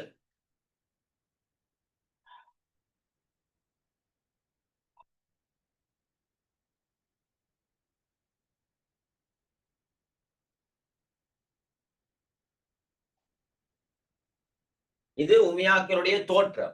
இன்னொரு கேள்வி கொண்டு வரும் பிள்ளைகள் லேசான விஷயத்தை ஞாபகப்படுத்துக. உமையாக்களுடைய வீழ்ச்சிக்கான காரணம் என்ன? உமையாக்களுடைய வீழ்ச்சி சரியா பிள்ளைகள்? உமையாக்களுடைய வீழ்ச்சிக்கான காரணம் என்ன? அப்ப லேசா எழுதலாம். இதுவும் தெரிஞ்ச போயிடுச்சார். உமரபுன் அப்துல் அசீஸுக்கு பிறகு உமரபுனு அப்துல் அசீஸ் இருக்காரா இல்லையா? இவருக்கு பின்னர் பதவியேற்ற அதிகமான ஹலீஃபாக்கள்கிட்ட காணப்பட்ட பலவீனம். இந்த பலகீனம் என்பது உமையாக்களுடைய வீழ்ச்சிக்கான ஒரு முக்கியமான காரணி. எல்லாம் விளைக்கணும். என்ன முஆவியா கொஞ்சம் அப்படியே வந்தாங்க. வந்து 8வது கலீஃபா உமர் இப்னு அப்துல் அசீஸ் ஹிஜ்ரி 99 தொடக்கம் 101 வரை ஆட்சியர். ஆனா இவருக்கு பின்னால வந்தாக்கள் பலகீனம். அப்ப அதனால இவங்களுடைய பலவீனத்தை இனங்கண்டு இன்னொரு வம்சம் அப்பாசியர்கள் என்ன செஞ்சாங்கண்டா ஆட்சியை தோற்றுவித்தார்கள். அதோட உமையாக்கள் என்ன செய்றாங்கண்டா பிள்ளைகள் என்ன வீழ்ச்சி அடைகிறாங்க. அப்ப உமர் இப்னு அப்துல் அசீஸுக்கு பின்னால் வந்த ஆக்கள் என்ன உலக இன்பங்கள்ல மூழ்கினார்கள். மது என்ன அதே மாதிரி என்ன அந்த தகுதியான ஆக்கள் நியமிக்கப்படல. அதே மாதிரி பிள்ளைகள் ஆடம்பரம், பெண் மோகம், இப்படி ஒரு இஸ்லாத்தை விட்டு தூரமாகினார்கள். இந்த உமர் இப்னு அப்துல் அசீஸுக்கு பின்னால ஆட்சி செஞ்சார்கள். அப்ப இதை இனங்கண்டுதான் அப்பாசியர்கள் ஆட்சியை தோற்றுவித்தார்கள். எனவே உமையாக்களுடைய வீழ்ச்சிக்கான காரணம் உமர் இப்னு அப்துல் அசீஸுக்கு பிறகு பதவியேற்றவர்களுடைய என்ன ஹலீஃபாக்கள்கிட்ட காணப்பட்ட இவருக்கு பின்னால வந்த ஹலீஃபாக்களுடைய பலவீனமும் ஒரு காரணி. அதே மாதிரி இப்படி 2வது ஒரு ஆட்சியை நிலையாக கொண்டு போறோம்னா கட்டாயம் பொருளாதாரம் தேவை. இங்கேயும் பாத்தீங்கன்னா நிதி துஷ்பிரயோகம் நடக்குது. நிதி துஷ்பிரயோகம் நடக்குது. என்ன அதாவது பிள்ளைகள் பொதுமக்கள் மீது வரிய சுமத்துறது என்ன அதே மாதிரி இராணுவ வீரர்களுக்கு சம்பளம் கொடுக்க சம்பளம் இல்லை, காசு இல்லை. அப்போ ஒரு நாட்டை இயக்குறது யாரு? ஒரு நாட்டை ஜனாதிபதி இருந்தாலும் இராணுவ வீரர்களுக்கு நல்ல சம்பளம் கொடுத்து வச்சுக்கொள்ளணும். அப்ப அவங்களுக்கு சம்பளம் கொடுக்காட்டி இராணுவம் பலகீனமாகும். இராணுவம் பலகீனமாகினா அந்த நாடே பலகீனம்தான். அப்ப எதிரிகள் லேசாக தாக்கலாம். அதனால நிதி துஷ்பிரயோகம், நிதி காலி என்ன உமர காலத்துல பாருங்க என்ன பைத்துல் மால்ல பிள்ளைகள் நிதிண்டா கொடுத்துட்டு மிச்சப்படும். இங்க என்ன நடக்குதுண்டா இவங்களோட சொந்த தேவைக்கு ஆடம்பரத்துக்கு பயன்படுத்தினதால நிதி துஷ்பிரயோகம் செய்யப்படுது. அப்ப நிதி இல்லாட்டி ஒரு ஆட்சியை நிலையாக கொண்டு செல்ல முடியாது. எனவே நிதி துஷ்பிரயோகமும் உமையாக்களுடைய வீழ்ச்சிக்கான ஒரு முக்கியமான காரணம். அதே மாதிரி பிள்ளைகள் 3வது மவாலிகள், திம்மிகளுடைய புறக்கணிப்பு. என்ன புதிதாக இஸ்லாத்தை ஏற்றுக்கொண்டவர்கள் இருப்பாங்க, பாரசீகர்கள் எல்லாம் புதிதாக இஸ்லாத்துக்கு வந்தாக்கள். அப்ப உங்களுக்கு தெரியும் உமையாக்களுடைய காலத்துல பாரசீகர்களுக்கு ஆதரவு இல்லை, அவங்கள நிர்வாகத்துல உள்வாங்குறல்ல. அப்ப அவங்க புறக்கணிக்கப்பட்டாங்க. அப்ப அவங்க என்ன செய்வாங்க? இப்ப உமையாக்களை விரும்புவாங்களா? இல்ல. அப்ப யார விரும்புவாங்க? அடுத்த ஆட்சி அப்பாசியர்கள் ஆட்சிக்கு வரத்துக்கு முக்கியமான காரணமே பாரசீகர்களுடைய ஆதரவு. அப்ப என்ன நடக்குதுண்டா உமையாக்களுடைய ஆட்சி காலத்துல மவாலிகள், திம்மிகள்னா இஸ்லாமிய ஆட்சியில் இருக்கக்கூடிய முஸ்லிம் அல்லாதவர்கள், இவங்களெல்லாம் உமையாக்களுடைய காலத்துல புறக்கணிக்கப்படுறாங்க. அப்ப இவங்களை புறக்கணித்தா இவங்க இந்த ஆட்சியை விரும்புவாங்களா? இல்ல. அப்ப இன்னொரு ஆட்சி தோற்றுவிக்கப்படும் அப்பாசியர்கள். அப்ப யார விரும்புவாங்க? இவங்க நமக்கு உரிமை தாராங்கல்ல, நம்ம அப்பாசியர்களை எடுப்போம் என்று இவங்களும் அப்பாசியர்களுக்கு ஆதரவு வழங்கினாங்க. இவங்களுக்கு உமையாக்களுடைய காலத்துல சரியான வகையில உரிமைகள் வழங்கப்படல. சரியா உள்ளே? அரபி அல்லாதவர்கள் 2ஆம் பிரஜையாக கணிக்கப்பட்டார்கள். அரபி அல்லாதவர்கள் 2ஆம் பிரஜையாக கணிக்கப்பட்டார்கள். இவங்களுக்கு முக்கியமான பொறுப்புகள் வழங்கப்படல. இவங்க உமையாக்களுடைய ஆட்சியில புறக்கணிக்கப்பட்டார்கள். இதுவும் ஒரு காரணம் உமையாக்களுடைய வீழ்ச்சிக்கான ஒரு முக்கியமான காரணம். என்ன உங்களுக்கு தெரியும், அடுத்ததாக எல்லா இடத்திலையும் வருவானவர்கள் ஷியாக்களும் ஹவாரிஜிகளும். இவங்களுடைய குழப்பம் அரசியல் ரீதியாக, அகீதா ரீதியாக குழப்பத்தை ஏற்படுத்தினார்கள். ஷியாக்கள் அரசியல் ரீதியாக, ஹவாரிஜிகள் அகீதா ரீதியாக குழப்பத்தை ஏற்படுத்துறதும், இதுவும் ஷியா ஹவாரிஜிகளுடைய குழப்பமும் உமையாக்களுடைய வீழ்ச்சிக்கான ஒரு முக்கியமான ஒரு காரணம். ஷியா ஹவாரிஜிகளுடைய குழப்பம். அதே மாதிரி பிள்ளைகள் கோத்திர உணர்வு, அதுவும் கோத்திர உணர்வு. இங்க பாத்தீங்கன்னா அரபிகள், அஜமிகள், அரபி அஜமி, அதே மாதிரி பிள்ளைகள் யமனியர், ஹிஜாசியர், யமன், ஹிஜாஸ், அதே மாதிரி பிள்ளைகள் என்ன சிரியாவாசிகள். என்ன கோத்திர வேறுபாடு இருந்துச்சு. ரசூலுல்லாஹ் கோத்திர கபீலானுகின்ற கோத்திர அமைப்பு, அசபியானுகின்ற கோத்திர வெறிய முழுமையாக ரசூலுல்லாஹ் இல்லாம செய்யறாங்க. ஆனா திரும்ப அதை என்ன செய்ய உமையாக்களுடைய காலத்துல திரும்ப அந்த கோத்திர உணர்வு என்ன செய்யப்படுதுன்றா பிள்ளைகள் ஏற்படுது. அப்ப ஒவ்வொரு கோத்திரமாக செயற்படுறாங்க. அப்ப செயற்படுற டைம்ல இவங்களை விரும்புவாங்களா? சில கோத்திரம் இவங்களை விரும்புவாங்க, சில கோத்திரம் இவங்களை விரும்ப மாட்டாங்க.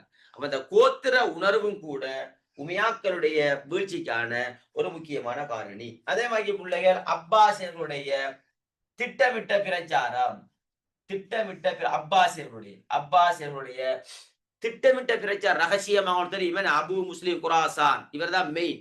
என்ன, அதாவது ரகசியமாக மாறு வேடத்துல வியாபாரி மாதிரி, துறவி மாதிரி, ஆனா கிட்டத்தட்ட பிள்ளைகள் ரகசியமாக பெஸ்டிக் அப்பாசில சொல்றது அஹ்லுல் பைத்துக்கு தான் ஆட்சி கிடைக்கணும் என்று. வெளியால் அப்படி சொன்னாலும் ரகசியமாக என்னென்ன நாம தான் ஆட்சி எடுக்கணும் என்று அப்பாசியர்களுடைய திட்டமிட்ட பிரச்சாரம் அப்பாசிய உமையாக்களுடைய வீழ்ச்சிக்கான ஒரு முக்கியமான காரணி. அப்ப இவங்க ஏன் திட்டமிட்டு பிரச்சாரம் செஞ்சாங்கண்டா, இவங்க கொஞ்சம் பலகீனமா இல்லையா எல்லா விஷயத்திலையும். என்ன, இங்க பாருங்க, இந்த பொயின்ஸ்ல எல்லாத்திலையும் பாத்தீங்கன்னா கொஞ்சம் பலகீனம். இந்த பலகீனத்தை கண்டு அப்பாசிகள் பார்த்தாங்க, நாம ஆட்சி என்ன செய்யலாம், தோற்றுவிக்கலாம் என்று ரகசியமாக மாறு வேடத்துல துறவி வியாபாரிய போல நடித்து ரகசியமாக அப்பாசிகளுக்கு ஆட்சி கிடைக்க வேண்டும் என்று அபு முஸ்லிம் குராசான் பகுதிக்கு அனுப்புறது. ரகசியமாக பிரச்சாரம் செய்யுங்கோ, திரும்ப பகிரங்கமாக மலைகள்ல ஏறி பகிரங்கமாக பிரச்சாரம் செய்து அப்பாசிய கிலாபத்தை தோற்றுவித்தார்கள். அதோட உமையாக்கள் லேச அழுதலாம். அதெல்லாம் பாடமாக்குறதுல பாடமாக்கப்படாது. பாருங்க, இதெல்லாம் தெரியாத விஷயம் எங்களுக்கு, இல்ல தெரியும். இதை வச்சு நாம கதை எழுதுறோம், அவ்வளவுதான், வேற விளக்க முடிஞ்சு. சரியா பிள்ளைகள், விஷயம் முடிஞ்சு அழகான முறையில யாபம் வச்சு கொள்ளணும். அதே மாதிரி பிள்ளைகள் முக்கியமான விஷயம், ஹிலாஃபத்து ராஷிதாவுக்கும் இப்ப அண்மை காலமாக பிள்ளை இப்படி ஒரு கேள்வி பாரு, ஹிலாஃபத்து ராஷிதாவுக்கும் உமையாக்களுக்கும் இடையிலான வேறுபாடு என்ன, அல்லது உமையாக்களுக்கும் அப்பாசிகளுக்கும் இடையிலான ஒற்றுமை வேற்றுமை என்ன அப்படின்னு கேட்கலாம். சரியா பிள்ளை, இங்க நமக்கு தேவை என்ன, முதலாவது ஹிலாஃபத்துக்கும் உமையாக்களுக்கும் இடையிலான வேறுபாடு, ஹலீஃபா தெரிவு, இதை வச்சு வேறுபடுத்தலாம். ஹலீஃபா தெரிவு இங்க எப்படி, ஹிலாஃபத்து ராஷிதாவுல ஜனநாயகம் நாங்க படிச்சோமா இல்லையா, மக்கள் தெரிவு, என்ன அபூபக்கர் அலி, உமர் அலி, உஸ்மான் அலி, அலி அலி, அதை வச்சு எழுதலாம். அப்ப இங்க ஹிலாஃபத் ஹலீஃபா தெரிவு ஜனநாயக அடிப்படையில், இங்க வாரிசு அடிப்படையில் அழகா எழுதலாம். பாருங்க பிள்ளைகளா, வேறுபாடு எப்படித்தான் எழுதுறது, இது ஒரு விஷயம். இரண்டாவது பிள்ளைகள் பைத், அந்த என்னது பையத் ஒழுங்கு, பையத், இதை வச்சு விளங்கப்படுத்தலாம். இங்க ஜனநாயக முறையில் பையத் ஏற்பட்டது நிர்பந்த அடிப்படையில் அல்ல, பையத் என்பது ஜனநாயக அடிப்படையில், நிர்பந்தம் இல்லை. ஆனா இங்க என்னது நிர்பந்த அடிப்படையில். அப்ப இங்க முஆவியா வச்சு எழுதலாம். முஆவியா தந்த மகன் யசீத நிர்பந்தமாக பையத் செஞ்சுதான் வைக்க. அப்ப ஹிலாஃபத்து ராஷிதாவுக்கும் உமையாக்களுக்கும் இடையிலான வேறுபாடு என்ன? அதே மாதிரி ஹலீஃபாக்களை வச்சு வேறுபடுத்தலாம். 4 ஹிலாஃபத்து ராஷிதாவில் இருந்த ஹலீஃபாக்களை நீங்க பாத்தீங்கன்னா எளிமையான வாழ்க்கை, அதே மாதிரி மக்களுடைய சமூக நலனில் அக்கறை செலுத்துவார்கள். எளிமையான வாழ்க்கை, மக்களுடைய சமூக நலனில் அக்கறை செலுத்துவார்கள். ஆனா இங்க பாத்தீங்கன்னா என்னண்டா ஆடம்பரம், குடும்ப நலன் பற்றி குடும்ப நலனை பத்தி தான் சிந்தித்தார்களே தவிர மக்களை பத்தி அவங்க யோசிக்கல. அவ பாருங்க, லேசி ஹலீஃபா தெரிய வச்சு வேறுபடுத்தலாம், பையத்தை வச்சு வேறுபடுத்தலாம், ஹலீஃபாக்களை வச்சு வேறுபடுத்தலாம். 4வது பிள்ளைகள் மஜ்லிஸ் ஷூரா, இதை வச்சு வேறுபடுத்தலாம். தகுதி வாய்ந்தவர்களுக்குத்தான் மஜ்லிஸ் ஷூரா என்பது இப்ப நாங்க பாராளுமன்றம் சொல்லுவோம். அந்த காலத்துல இருந்த பாராளுமன்றம் தான் மஜ்லிஸ் ஷூரா. இதுல கலீஃபாக்களுடைய காலத்துல தகுதியானவர்கள், தக்குவா உடையவர்கள், பேணுதலானவர்கள், இவங்க தான் இதுக்குள்ள பாத்தீங்கன்னா குடும்ப உறுப்பினர் தகுதி அற்றவர்கள் எல்லாம் இணைக்கப்பட்டார்கள். அப்ப 4வது. 5வது பைத்துல் மாலை வச்சு ஒப்பிடலாம். பைத்துல் மால் இங்க ஹிலாபத்துல பாத்தீங்கன்னா அது பொது சொத்து, ஆனா உமையாக்களுடைய காலத்துல அரசு சொத்தாக பயன்படுத்தப்பட்டு துஷ்பிரயோகம் செய்யப்பட்டது. அழகா வேறுபடுத்தலாம். அதே மாதிரி இஸ்லாமிய வாழ்வு இதை வச்சு வேறுபடுத்தலாம். இஸ்லாமிய வாழ்க்கை முறைக்கே முக்கியத்துவம் கொடுத்தார்கள் ஹலீஃபாக்கள். குர்ஆன் ஹதீஸுக்கு தான் முக்கியத்துவம் கொடுத்தார்கள். இவங்க ஆடம்பர வாழ்க்கைக்கு தான் முக்கியத்துவம் கொடுத்தார்கள். ஆடம்பர வாழ்க்கை இஸ்லாமிய வாழ்க்கையில ஆடம்பர வாழ்க்கைக்கு முக்கியத்துவம் கொடுத்தார்கள். ஆனா ஹலீஃபாக்கள் இஸ்லாமிய வாழ்வுக்கு குர்ஆன் ஹதீஸுக்கு தான் முக்கியத்துவம் கொடுத்தாங்க. அழகா எழுதலாம், இதுவும் பாடமாக்க தேவையில்லை, இது ஏற்கனவே தெரிஞ்ச விஷயம் எங்களுக்கு, இதை வச்சு நாங்க பாருங்க நான் விளங்கப்படுத்துறது எல்லாமே உங்களுக்கு தெரியும், தெரியாம எதுவும் இல்லை. தெரிஞ்சதை நாம கொஞ்சம் பாயிண்ட்ஸை போட்டு அதை நாங்க விளங்கப்படுத்துறது தான் விளக்க முடிஞ்சு. அண்மை காலமாக போன வருஷம் பாத்தீங்கன்னா ஷியாக்களுக்கும் அஹ்லு சுன்னா வல் ஜமாத்துக்கும் இடையிலான வேறுபாடு என்ன, இப்படி பிள்ளைகள் வேறுபாடு வார மேக்சிமம் பிள்ளைங்க நாங்க வேறுபாடு வார டைம்ல ஒரு 5 பாயிண்ட்ஸை வச்சு கட்டாயம் விளக்கணும். அதோட சேர்த்து நீங்க இன்னொரு டைம் எழுதலாம் 6வது. சரியா பிள்ளை? அப்ப கட்டாயம் 5-6 பாயிண்ட்ஸ் அதுக்குள்ள பிள்ளைகள் வரணும். ஆனா அந்த சில டைம்ல பிள்ளை இந்த ஷியாக்களை அஹ்லு சுன்னாவை வேறுபடுத்துகன்னு சொல்லுகின்ற போது 4 வச்சு வேறுபடுத்துக அப்படிலாம் போட்டிருப்பாங்க. இருந்தாலும் பிள்ளைங்க நாங்க 4 ஞாபகம் வச்சு கொண்டோம்னா எங்களுக்கு சிக்கலா இருக்கும். அதனால பிள்ளை பொதுவாக நாங்க என்ன ஒரு 5-6 பாயிண்ட்ஸ் நீங்க எழுதலாம் டைக்கான். சரியா பிள்ளைகள்? அப்படி ஞாபகம் வச்சு கொள்ளுங்க. ஏன்னா சில இடங்கள்லாம 6 பாயிண்ட்ஸ் கேட்கறது, சில இடங்கள்ல 4, 5 அப்படியும் கேட்பாங்க. அப்ப அதனால பிள்ளைய நீங்க அப்படி ஞாபகம் வச்சுக்கொள்ற கஷ்டம் உங்களுக்கு. எதுக்கு 4 எதுக்கு 5 குழப்பம். அதுக்காக இஸ்லாமிய நாகரிகத்துல பொதுவாக நாம ஒரு 6 பாயிண்ட்ஸ் என்ன எழுதணும்.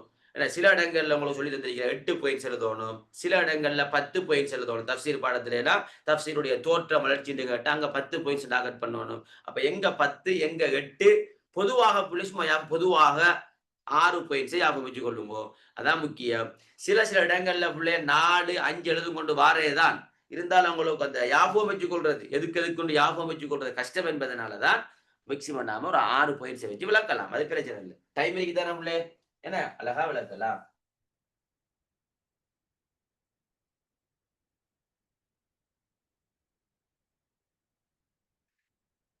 அதே மாதிரி பிள்ளைகள் சில டைம்ல இப்படி ஒரு சும்மா நோமலா பிள்ளைனா கேள்வியில பாருங்க இப்படி உமையா ஹலீஃபாக்கள் நாட்டின் நிர்வாகத்தில் ஏற்படுத்திய மாற்றம் என்னன்னு கேட்கலாம். அப்ப உமையா ஹலீஃபாக்கள் நாட்டின் நிர்வாகத்தில் ஏற்படுத்திய மாற்றம் தான் இது ஒரு சாய்ந்த ஒரு பொதுவா இதுவும் லேசிதான் எழுதுறங்களுக்கு ஒரு கரைச்சலும் இல்லை. உதாரணமாக பாருங்க, நாட்டுல நிர்வாகத்துல உமையாக்கள் ஏற்படுத்திய மாற்றம் என்ன, இங்க நன்மை தீமையே பாக்குறது மாற்றம். உதாரணமாக ஹலீஃபா தெரிவு முறையில் மாற்றம் ஏற்பட்டது. அப்ப எப்படி விளக்கம் எழுதுற, ஆரம்பத்துல அப்ப ஹலீஃபாக்கள் வச்சு எழுதும். ஆரம்பத்துல மக்கள் தெரிவு, அபூபக்கர் அலி, அலி அலி, உமர் அலி நியமனம், உஸ்மான் அலி குழு ஆரம்பத்துல இப்படி இருந்தது. ஆனா உமையாக்களுடைய ஆட்சியில முல்கியானுகின்ற பரம்பரை ஆட்சி. என்ன அப்ப ஹலீஃபா தெரிவு என்ற விஷயத்துல மாற்றத்தை கொண்டு வந்தார்கள் உமையாக்கள். அப்ப லேசா எழுதலாம் பாருங்க, நாம படிச்ச விஷயம்தான். உமையா கலீஃபாக்கள் நாட்டின் நிர்வாகத்தில் ஏற்படுத்திய மாற்றம் என்ன மாற்றம் என்று கேட்டா ஹலீஃபா தெரிவு முறையில மாற்றம். ஏண்டா 4 ஹலீஃபாக்களுடைய தெரிவு முறையை நாங்க சொல்லி இவங்கள தெரிவு முறை எப்படின்னா முல்கியா அடிப்படையில தான் இவங்க என்ன உமையாக்கள் தெரிவு செய்யப்பட்டார்கள். லேசி முறையில அதே பாயிண்ட்ஸ் தான். 2வது பாருங்க மஜ்லிஸு ஷூரா, அழகா எழுதலாம், இதெல்லாம் தெரியும் எங்களுக்கு. மஜ்லிஸு ஷூரா என்ன இதுல பாத்தீங்கன்னா பிள்ளைகள் ஆரம்பத்தில் இதை நாம அழகா ஹலீஃபாக்களையும் உமையாக்களையும் வச்சு எழுதுறேன். என்ன மஜ்லிஸு ஷூரா ஆரம்ப தகுதியானவர்கள். ஆனா இங்க பாத்தீங்கன்னா உமையாக்களுடைய ஆட்சியில குடும்பத்தவர்கள் தகுதியற்றவர்கள், அதை வச்சு எழுதலாம். அதே மாதிரி பிள்ளைகள் தலைநகரை வச்சு எழுதலாம். தலைநகர் ஆரம்பத்துல ரசூலுல்லாஹ் காலத்துல ஹலீஃபாக்கள் தலைநகர் கூஃபா, இந்த அலி காலத்துல கூஃபா, திரும்ப ரசூலுல்லாஹ் அபூபக்கருடைய ஆட்சி காலத்துல மதீனாவாக இருந்தது. இவர்கள் டமஸ்கஸை தலைநகராக கூட மாற்றமா இல்லையா? உமையா ஹலீஃபாக்கள் நாட்டின் நிர்வாகத்தை ஏற்படுத்திய மாற்றத்துல உண்டு. தலைநகர் என்ற விஷயமும் அதுக்குள்ள வரும். விஷயம் முடிஞ்சு. அதே மாதிரி பிள்ளைகள் உரோம நிர்வாக ஒழுங்கை பின்பற்றினார்கள். இவங்க பிள்ளைகள் உரோம நிர்வாக ஒழுங்கு. அப்ப அப்பாசிலாண்டு வந்தா பாரசீக நிர்வாக ஒழுங்கு, அதுல ஹாஜிப் அதெல்லாம் வரும். என்ன பசீர். இங்க பாத்தீங்கன்னா பிள்ளைகள் என்ன உரோம நிர்வாக ஒழுங்கு, என்ன மாளிகைகள், அரச சபை மாளிகைகள் உருவாக்கப்படுறது, அரச சபையில என்ன அதே மாதிரி தீவான்கள் உரோம நிர்வாக முறைகளை பின்பற்றினார்கள். அப்ப லேசா பாடமாய் கொள்ளுங்க, உமையாக்களை பொறுத்த மட்டும் உரோம நிர்வாகத்தை ஃபாலோ பண்றது. அப்பாசிகளை பொறுத்த மட்டும் இல்ல பாரசீக நிர்வாகத்தை ஃபாலோ பண்ணுவார்கள். அப்ப உமையாக்கள் நாட்டு நிர்வாகத்தில் ஏற்படுத்திய மாற்றம் என்று கேட்டா உரோம நிர்வாக முறைகளை மாளிகைகள் தீவான்கள் உருவாக்கப்பட்டது. உரோமர்களுடைய அந்த நிர்வாகத்தை ஃபாலோ பண்ணினார்கள். அதே மாதிரி பிள்ளைகள் பொது வாழ்க்கையில் ஏற்பட்ட மாற்றம். பொது வாழ்க்கையில் ஏற்பட்ட மாற்றம். பொது வாழ்க்கையில் ஏற்பட்ட மாற்றம். பொது வாழ்க்கையில் என்ன? இப்ப கலீஃபாக்களை பாத்தீங்கன்னா அவங்க எல்லாம் ஆடம்பரம் இல்லை. ஆனா இவங்கட வாழ்க்கையில ஆடம்பரம் தெரியுதானே? ஆடம்பரம், இசை, நடனம் இதெல்லாம் வரும். என்ன? பொது வாழ்க்கையில ஏற்பட்ட மாற்றம். அப்ப உமையா ஹலீஃபாக்கள் நாட்டின் நிர்வாகத்தை ஏற்படுத்திய மாற்றங்கள்ல இதுவும் ஒரு உரை. அதே மாதிரி பைத்துல் மால் மாற்றம். அழகாலாம் பாருங்க முடியாது. பைத்துல் மால் என்ன ஏற்கனவே பைத்துல் மால் என்ன மக்களுக்காக வேண்டி பயன்படுத்தப்பட்டது. இவங்க பைத்துல் மால் சொந்த தேவைகள் என்ன அப்ப பைத்துல் மாலை வச்சு எழுதலாம். என்ன அதே மாதிரி பிள்ளைகள் அரபு மொழிக்கு முக்கியத்துவம் வழங்கப்பட்டவை. அரபு மொழிக்கு முக்கியத்துவம் வழங்கப்பட்டவை. என்ன நிர்வாக மொழியாக அரபு மொழியை மாத்தினார்கள். அப்ப அரபு மொழிக்கு முக்கியத்துவம் அப்படி வழங்கப்பட்டதுனாலதான் ஏனையவர்கள் புறக்கணிக்கப்பட்டார்கள். என்ன அப்ப நல்லா இதை வச்சு எழுதலாம். இப்படி எக்கச்சக்கமான பாயிண்ட்ஸ் இருக்கு. இதெல்லாம் நமக்கு தெரிஞ்சதுதான். நான் சும்மா ஞாபகப்படுத்துறேன் இல்ல. லேசி உங்களுக்கு இப்ப பாடுமே தலைக்குள்ள உண்மையாக்க எவ்வளவு லேசி. அழகா பசுந்தா எழுதலாம். என்ன அழகா பசுந்தா எழுதலாம். அதே மாதிரி பிள்ளைகள்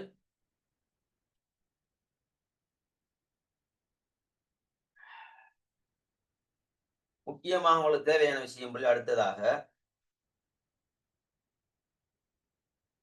இப்ப உமரபுன் அப்துல் அசீஸ பாத்தீங்கன்னா பிள்ளைகள் இந்த உமரபுன் அப்துல் அசீஸ் சம்பந்தமாக எப்படி கேள்வி வருது இந்த பாஸ் பேப்பர்ல? உமரபுன் அப்துல் அசீஸ் உதாரணமாக பிள்ளைகள் உமையா கிலாபத்தை மறுசீரமைப்பது இப்படிதான் வாரையா. உமையா கிலாபத்தை மறுசீரமைத்தல். மறுசீரமைத்தல் இவர் சம்பந்தமான கேள்வி பாருங்க. உமையா கிலாபத்தை மறுசீரமைப்பதற்கு அல்லது நல்வழிப்படுத்தல் அப்படின்னு போடலாம். நல்வழிப்படுத்தல். உமையா கிலாபத்தை மறுசீரமைத்தல் நல்வழிப்படுத்துறதுக்கு உமரபுன் அப்துல் அசீஸ் எடுத்த முயற்சிகள் என்ன அப்படி கேட்கலாம். அல்லது உமையா கிலாபத்தை சீர்படுத்தல் அப்படின்னு போடலாம். சீர்படுத்தல் அல்லது சிறப்பம்சம் என்ற சொல்லையும் போடலாம். சிறப்பம்சம் இது பாஸ்பேப்பர்ல வந்த கேள்வி. உமரபுன் அப்துல் அசீஸ் அவருடைய ஆட்சியின் சிறப்பம்சங்கள் என்னன்னு கேட்டாலும் இது எல்லாத்துக்கும் ஒரே ஆன்சர் தான். உதாரணமாக அப்படி தெரியும் உங்களுக்கு, முடியாட்சியை ஒழித்தார். முடியாட்சியை ஒழித்தார். அப்ப ஏற்கனவே முஆவியா எல்லாருமே முல்கியா அணுகின்ற பரம்பரை ஆட்சி அடிப்படையில தான் ஆட்சி செஞ்சாங்க. ஆனா இவர் வந்துதான் இவருக்கு ஒரு சிறப்பு பேர் இருக்கா இல்லையா, 5வது ஹலீஃபா. ஏன் சொல்றதுண்டா முடியாட்சியை ஒழித்தார். 4 ஹலீஃபாக்கள் அழகான முறையில ஆட்சி செஞ்சாங்க. அதே மாதிரி ஆட்சி இவர் செய்கிறார். முல்கியானுங்க அவன் முடியாட்சியை ஒழித்தார். அப்ப உமையா கிலாபத்தை மறுசீரமைக்க, உமையா கிலாபத்தை நல்வழிப்படுத்த, உமையா கிலாபத்தை சீர்படுத்த அல்லது உமையா கிலாபத்துடைய உமரபுன் அப்துல் அசீஸுடைய ஆட்சியுடைய சிறப்பம்சம் என்னன்னு கேட்டா முடியாட்சியை ஒழித்தார் என்பதும் ஒரு சிறப்பம்சம். அப்ப கேள்வி கொஞ்சம் வித்தியாசமா வந்தாலும் அழகா பசந்தா எழுதலாம். 2வது பிள்ளைகள் இஸ்லாமிய சூழலை ஏற்படுத்தினார். இஸ்லாமிய சூழல் ஏற்படுத்தினார். என்ன இவர் ஆட்சி காலத்துல பாத்தீங்கன்னா ஷரியா நடைமுறைக்கு வந்தது. சரியா நடைமுறைக்கு வந்தது.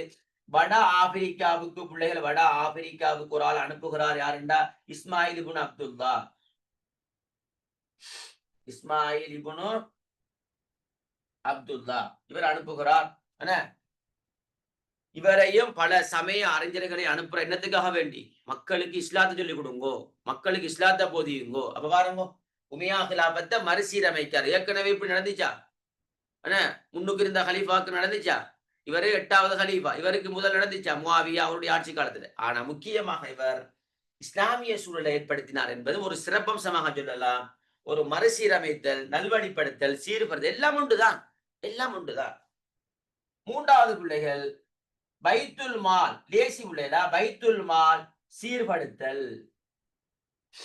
என்ன அப்ப குடும்ப சொத்தாக இருந்துச்சு பாருங்க. திரும்ப திரும்ப அதே போயிஸ்தான். குடும்ப சொத்தாக இருந்ததை கொஞ்சம் சீர்படுத்தி எடுக்கார். பைத்துல் மால் சீர்திருத்தம் வரும். அதே மாதிரி ஹதீஸ் தொகுப்பு பணி 4வது. ஹதீஸ் தொகுப்பு எங்களுக்கு தெரியும். ஹதீஸ் தொகுப்பு பணி என்ன அம்ருபுனோ இந்த சிஹாபுத்தீன் சுஹரியுடைய தலைமையில ஹதீஸ் பாடத்துல படிச்சு அப்ப இதுவும் ஒரு முக்கியமான விஷயமா இல்லையா? உமையா ஹிலாபத்தை நல்வழிப்படுத்த சீர்திருத்த அல்லது அவருடைய சிறப்பம்சம். அப்ப ஹதீஸ் என்ன செய்யற இவருடைய காலத்துல தான் இட்டுக்கட்டப்பட்ட ஹதீஸ், தாபிங்கிற காலத்துல தான் இட்டுக்கட்டப்பட்ட ஹதீஸ் தோற்றம் பெறுகிறது. அதிலிருந்து என்ன செய்யணும்? முஸ்லிம் சமூகத்தை பாதுகாக்க வேண்டும் என்று சிஹாபுத்தீன் சுஹுரி என அம்ரு இப்னு ஹம்ஸ் என்ன இவங்களை நியமிச்சு என்ன செய்யறாங்கன்ற ஹதீஸை தொகுக்கிறார். அது ஒரு பணியாக சொல்லலாம். 4வது 5வது பிள்ளைகள் 4வது 5வது அநியாய வரி கொள்கையை நீக்கினார். அநியாய வரி கொள்கைகளை மவாலிகள், ஜிசியா, ஆள்வரி, மவாலிகள் புதிதாக இஸ்லாத்தை ஏற்றுக்கொண்டவர்கள் மீது அநியாயமான வரி சுமத்தப்பட்டது. அதெல்லாம் கிளியர் பண்றார். அப்ப அதுவுமே உமையா ஹிலாபத்தை மறுசீரமைப்பதற்கு அவர் மேற்கொண்ட ஒரு நடவடிக்கை. அதே மாதிரி பிள்ளைகள் மஜ்லிஸ் ஷூரா அழகா எழுதலாம் பாருங்க. திரும்ப அதே போய் மஜ்லிஸ் ஷூரா இதுல பாத்தீங்கன்னா ஏற்கனவே தகுதி இல்லாதாக்கெல்லாம் போய் சேருவாங்க இதுக்குள்ள. ஆனா இவருடைய ஆட்சி காலத்துல ஷரியா அறிவு பேணுதல் இருக்கணும், நல்ல பண்பாடு இருக்கணும், தகுதி இருக்கணும், இப்படித்தான் இருக்கணும். சரியா பிள்ளை? அதே மாதிரி இவர் எல்லை விஸ்தரிப்பை விரும்பவில்லை. எல்லை விஸ்தரிப்பை விரும்பவில்லை. சரியா பிள்ளைகள்? ரைட். கலாச்சார விழுமியங்களை ஏற்படுத்த வேண்டும். மக்கள்கிட்ட ஒழுக்கத்தை கொண்டு வரணும். சும்மா நாம ராஜ்ய விஸ்தீரணத்தை ஏற்படுத்தி வேலை இல்லை. மக்கள் ஈமான்ல பலகீனமாக இருக்காங்க. அதனால ஈமான்ல ஸ்ட்ராங்க கொண்டு வர வேண்டும் என்ற ஏற்பாடை செய்கிறார். என்ன எல்லையை விஸ்தரிக்க. அதே மாதிரி நீதி கோட்பாட்டை நிலைநாட்டு. அதனாலதான் 2ஆம் உமர் என்று சொல்ற. 2ஆம் உமரலிட காலத்துல எப்படி நீதி பேணப்பட்டதோ அதே மாதிரி உமரலிட ஆட்சி மாக்கி திரும்ப ஆட்சியை கொண்டு வருகிறார். அதனாலதான் அவருக்கு ஒரு சிறப்பம்சம் 2ஆம் உமர். அதே மாதிரி பிள்ளைய ராசிதூங்களின் வாரிசு என்று சொல்றது. ராசிதூங்களின் வாரிசி என்று சொல்றது. வாரிசி. இன்னொரு சிறப்பம்சம் ஹலீஃபத்து சாலி. அதாவது சிறந்த ஹலீஃபா, நல்ல ஹலீஃபா. ஆடம்பரத்தில் இருந்த மக்களை என்ன செஞ்சாரு? சிறந்த மனிதர்களாக மாத்தினார். அதனால் அவருக்கு சிறந்த ஹலீஃபா, நல்ல ஹலீஃபா என்ற ஒரு பெயர். சரியா பிள்ளை? அதே மாதிரி முஜத்தித் சொல்றது. முஜத்தித் காமில். முதலாவது முஜத்தித் இவர்தான். முழுமையாக அந்த பணியை செஞ்சவரும் இஸ்லாமிய வரலாற்றுல முதலாவதாக இவர் காணப்படுகிறார். அப்ப நீதி கோட்பாடு எழுதலாம். அதே மாதிரி பிள்ளைகள் 9வது கல்வி எழுதலாம். கல்வி மஸ்ஜிதுகளை பள்ளியை கல்வி கூடமாக மாத்தினார். பள்ளி என்பது தொழுறதுக்கு மட்டுமில்லையே, படிக்கலாம். கல்வி கூட மார்க்க கல்வி கல்வி கூடமாக மாற்றுதல். பாடசாலைகள் அமைத்தார். ஆசிரியர்களுக்கு நல்ல சம்பளம் கொடுத்தார். அப்ப ஆசிரியர்களுக்கு நல்ல சம்பளம் கொடுத்தா அவங்க படிப்பிப்பாங்க. அப்ப இப்படியான ஒரு வேலை திட்டத்தை பிள்ளைகள் இவர் செய்தார். சில டைம்ல பிள்ளைகள் இவர் சம்பந்தமாக சில டைம்ல சமயம் என்ற ஒரு கேள்வி வந்தார். கலீஃபா உமர் இப்னு அப்துல் அசீஸ் சமய நடவடிக்கை என்று வந்தா, சமயம் என்று வந்தா இப்ப நாம இதுக்குலாம் போய் சரி உதாரணமாக இஸ்லாமிய சூழலை ஏற்படுத்தின இந்த போய் முக்கியத்துவப்படுத்தும். இதுவரை சமயம் என்று வந்தா திரும்ப ஹதீஸ் தொகுத்தா சமயத்துக்குள்ள வரும். சமயம் என்ன சமயத்துல ஹதீஸ் வருமா இல்லையா? சமயம்.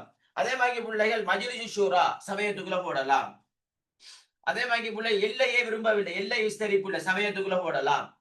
கல்வி சமயத்துக்குள்ள போடலாம். என்ன நீதி இப்படி பிள்ளைகள் சமயம் என்று கேட்டா அவர சமய சம்பந்தமான நடவடிக்கைன்னு கேட்டா இதுக்குள்ளதான் போய் சிரிக்குது. இதுக்குள்ள எடுத்து எழுதுற அவ்வளவுதான். அப்ப உமர் இப்னு அப்துல் அசீஸுடைய சமய நடவடிக்கைண்டா சமயத்தோடு எந்த போய் செட் ஆகுதோ அதை வச்சு நாங்க எழுதுற. அப்ப முக்கியமாக பாருங்க, இஸ்லாமிய சூழலை ஏற்படுத்தினால் சமயத்தோடு வருது. ஹதீஸ் சமயத்தோடு வருது. மஜ்லிஸ் ஷூரா சமயத்தில் நல்ல ஈடுபாடு உடையவர்களைத்தான் மஜ்லிஸ் ஷூராவில் அவர் இணைப்பார். அதாவது தக்குவா, இஹ்லாஸ், பேணுதல், இப்படியானவர்கள் தகுதியானவர்கள். அப்ப சமயம். அதே மாதிரி எல்லை விஸ்தரிப்ப விரும்பல. அப்ப என்னத்தை விரும்பினார்? மக்கள்கிட்ட சமயத்தை கொண்டு வரணும், கலாச்சார பண்பாட்டை கொண்டு வரணும். அப்ப சமயத்தை வச்சு கல்வி சமயம் இப்படி பிள்ளைகள் சமயம் என்று கேட்டா இதுக்குள்ள போய் சரி சும்மா லேசா எழுதலாம் பாருங்க. அப்ப பாருங்க பிள்ளை உமர் இப்னு அப்துல் சம்பந்தமான இதான் விளக்கம். ஆனா அழகா பசந்தா நாங்க என்ன செய்யலாம்டா எழுதலாம். இதான் பிள்ளைகள் இது சம்பந்தமான விளக்கம்.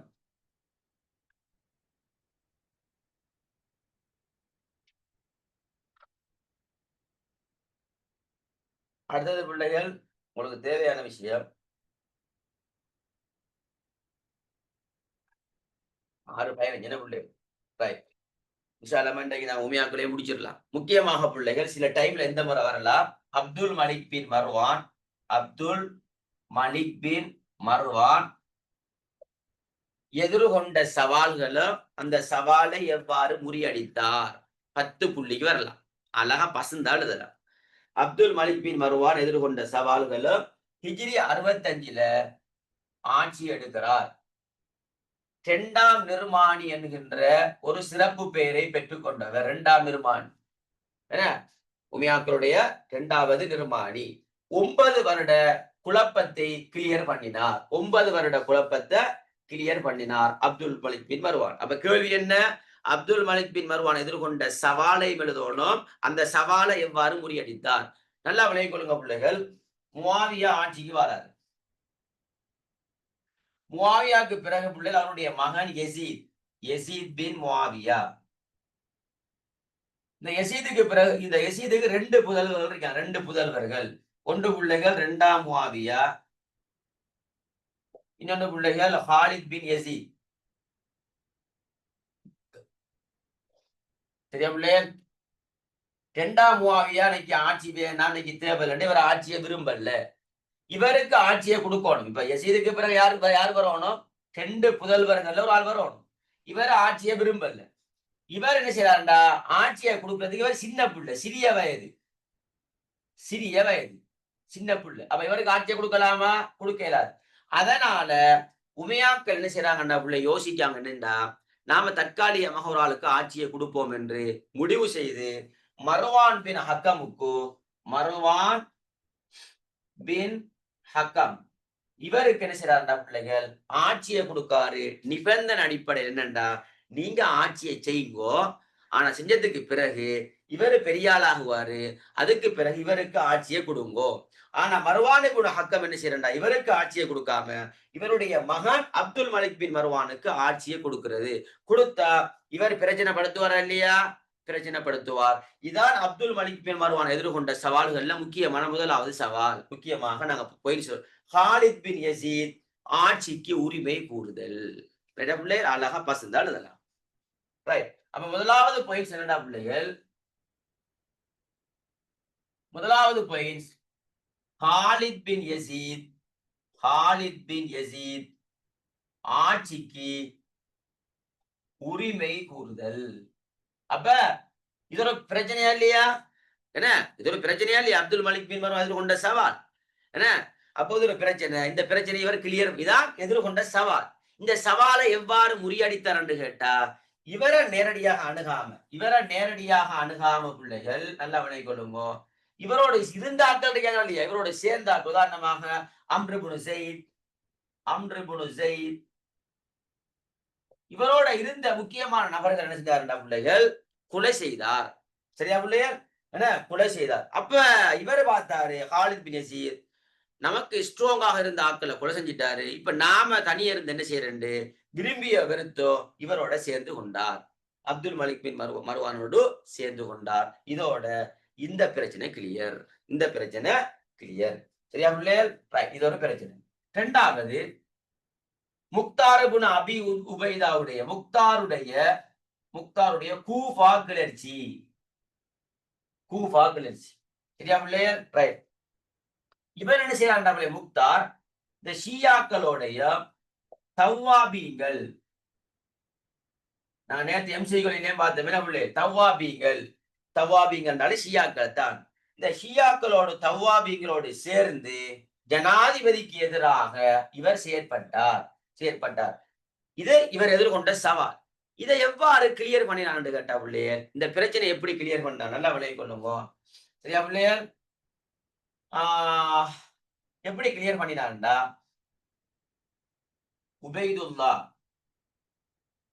உபைதுல்லா பின் சியாத் இவருடைய தலைமையில ஒரு படையை அனுப்புறார்.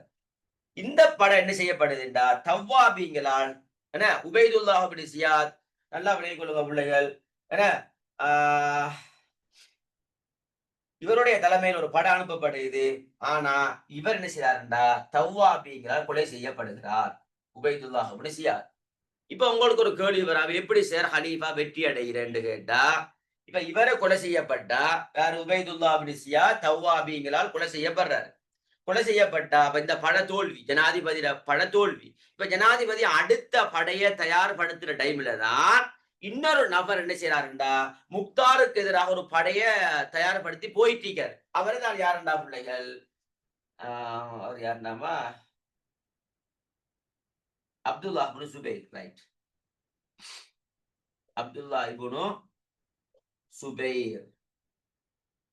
இவர் முக்தாருக்கு எதிராக ஒரு படையை தயார்படுத்திட்டு போயிட்டு இருக்காரு. இப்ப ஜனாதிபதி பார்த்தாரு, இவர் போறாரு தானே, பாப்போம் என்ன நடக்குதுன்னு. அங்க பார்த்தா அப்துல்லாஹ் இப்னு சுபைருடைய படை முக்தாருடைய படைய தோல்வி அடைய, அதாவது முக்தாருடைய படையை அப்படியே வீழ்த்தியது. அப்ப இதோட ஜனாதிபதியில பிரச்சனை ஒட்டவா முடிஞ்சா இல்லையா? ஜனாதிபதி அனுப்பின பட தோல்விதான். ஆனா ஜனாதிபதி அடுத்த இன்னொரு படையை அனுப்புற டைம்ல இவர்ற படை போய் முக்தாருடைய படையை தாக்குது. அதோட இவர்ற படம் அப்படியே வீழ்ச்சி அடையுது. என்ன?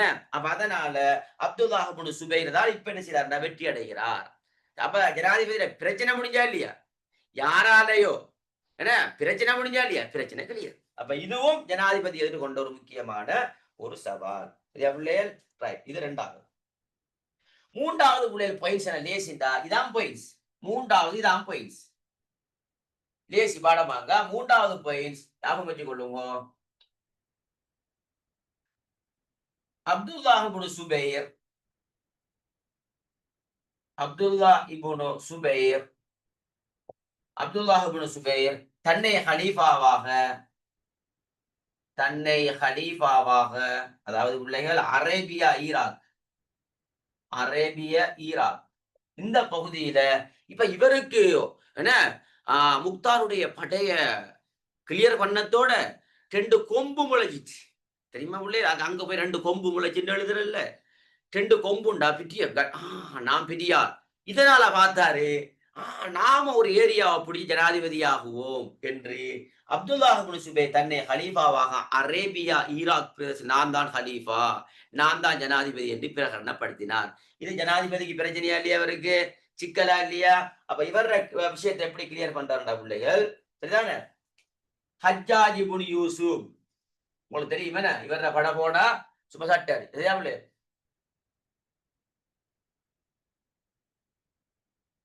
இல்லம்மா, அப்துல்லாஹ் இப்னு சுபைர், அப்துல்லாஹ் இப்னு சுபைர். முஸ்தபா இப்னு சுபைரா? இல்ல, கொஞ்சம் சொல்லுங்க பிள்ளை. முஸ்தபா இப்னு சுபைரா? கொஞ்சம் சொல்லுங்க மைக்கோன் பண்ணி பிள்ளை. அப்துல்லாஹ் இப்னு சுபைரா, முஸ்தபா இப்னு சுபைரா? அப்துல்லாஹ் இப்னு சுபைர். கவனம் பிள்ளைல. ரைட், அப்துல்லாஹ் இப்னு சுபைர். அப்ப நல்லா, அப்ப ஹஜ்ஜாஜ் இப்னு யூசுஃபுடைய தலைமையில ஒரு படை அனுப்பப்படுது. இவர படை போய் மக்கா மதீனா எல்லாமே முற்றுகையிடப்படுது. மக்கா மதீனா முற்றுகை. என்ன? மஞ்சன கல்லு எரியும் இயந்திரம் உண்டு. இப்பய காலத்துல பீரங்கி மாதிரி, அந்த காலத்துல மஞ்சன கல்லு எரியும் இயந்திரம்னா இந்த கல்லை போட்டு அடிக்கிறது. சரியா பிள்ளையர்? ரைட். இப்படி போர் செஞ்சு இப்ப மக்கள் அப்படியே முற்றுகையிடுறாரு ஹஜ்ஜாஜ் இப்னு யூசுப். மக்கள் பசியோட, பசி தாங்க இயலாம யோசிச்சு பாருங்க, அப்படியே சாப்பாடு கொடுக்காமட்டா மக்கள் இருப்பாங்களா? இப்ப மக்கள் என்ன செய்யறாங்கண்டா, இவர பக்கம் ஹஜ்ஜாஜ் இப்னு யூசுஃபோட பக்கம் சாஞ்சிட்டாங்க எல்லாரும். இவர பிள்ளை ஹஜ்ஜாஜ் இப்னு யூசுப் அனுப்புறாரு. யாருக்கு எதிராக? அப்துல்லாஹ் இப்னு சுபைருக்கு எதிராக ஹஜ்ஜாஜ் இப்னு யூசுஃபுடைய படை போகுது. என்ன போய் என்ன செய்யப்படுதுண்டா, இவர படை மக்கா மதீனா மக்கள் எல்லாருமே என்ன செய்யறாங்கண்டா ஹஜ்ஜாஜால் என்ன முற்றுகையிடப்படுறாங்க. முற்றுகை இவங்க சாப்பாடு எல்லாம் கொடுக்கல. என்ன உணவு இல்லாம பசியோடு இருந்த மக்கள் என்ன செஞ்சாங்கண்டா, நாங்க ஹஜ்ஜாஜுடைய சேர்ந்துடுறோம், உங்களுடைய நாங்க வந்துட்டோம் என்று இவரோட சேர்ந்துட்டார். அப்ப இவர பட இவரோட இறங்கிட்டாங்க. ஏண்டா ஹஜ்ஜாஜ் இப்னு யூசுப் எல்லாரையும் முற்றுகையிட்டு வைக்கிறார், அப்படியே சாப்பாடு கொடுக்காம. இப்ப இவங்க ஹஜ்ஜாஜோட நான் உங்களுடைய வந்துடுறோம் என்று வந்தோடனே இப்ப யாரு மிஞ்சின? இவரும் கொஞ்சம் பேர் தான் முஞ்சின. இவர் என்ன செஞ்சாருண்டா, இவட உம்மா இவட தாய் சொன்னாங்க, மகனே நீங்க கொஞ்சம் பேர் இருந்தாலும் பிரச்சனை இல்ல, இவருக்கு எதிராக நீங்க என்ன செய்யுங்கண்டா போர் செய்யுங்க என்று போர் செய்கிறார். இறுதியாக அப்துல்லாஹ் இப்னு சுபைர் கொலை செய்யப்படுகிறார். அதோட பிரச்சனை முடிச்சு. சரியா பிள்ளைகள்? ரைட்.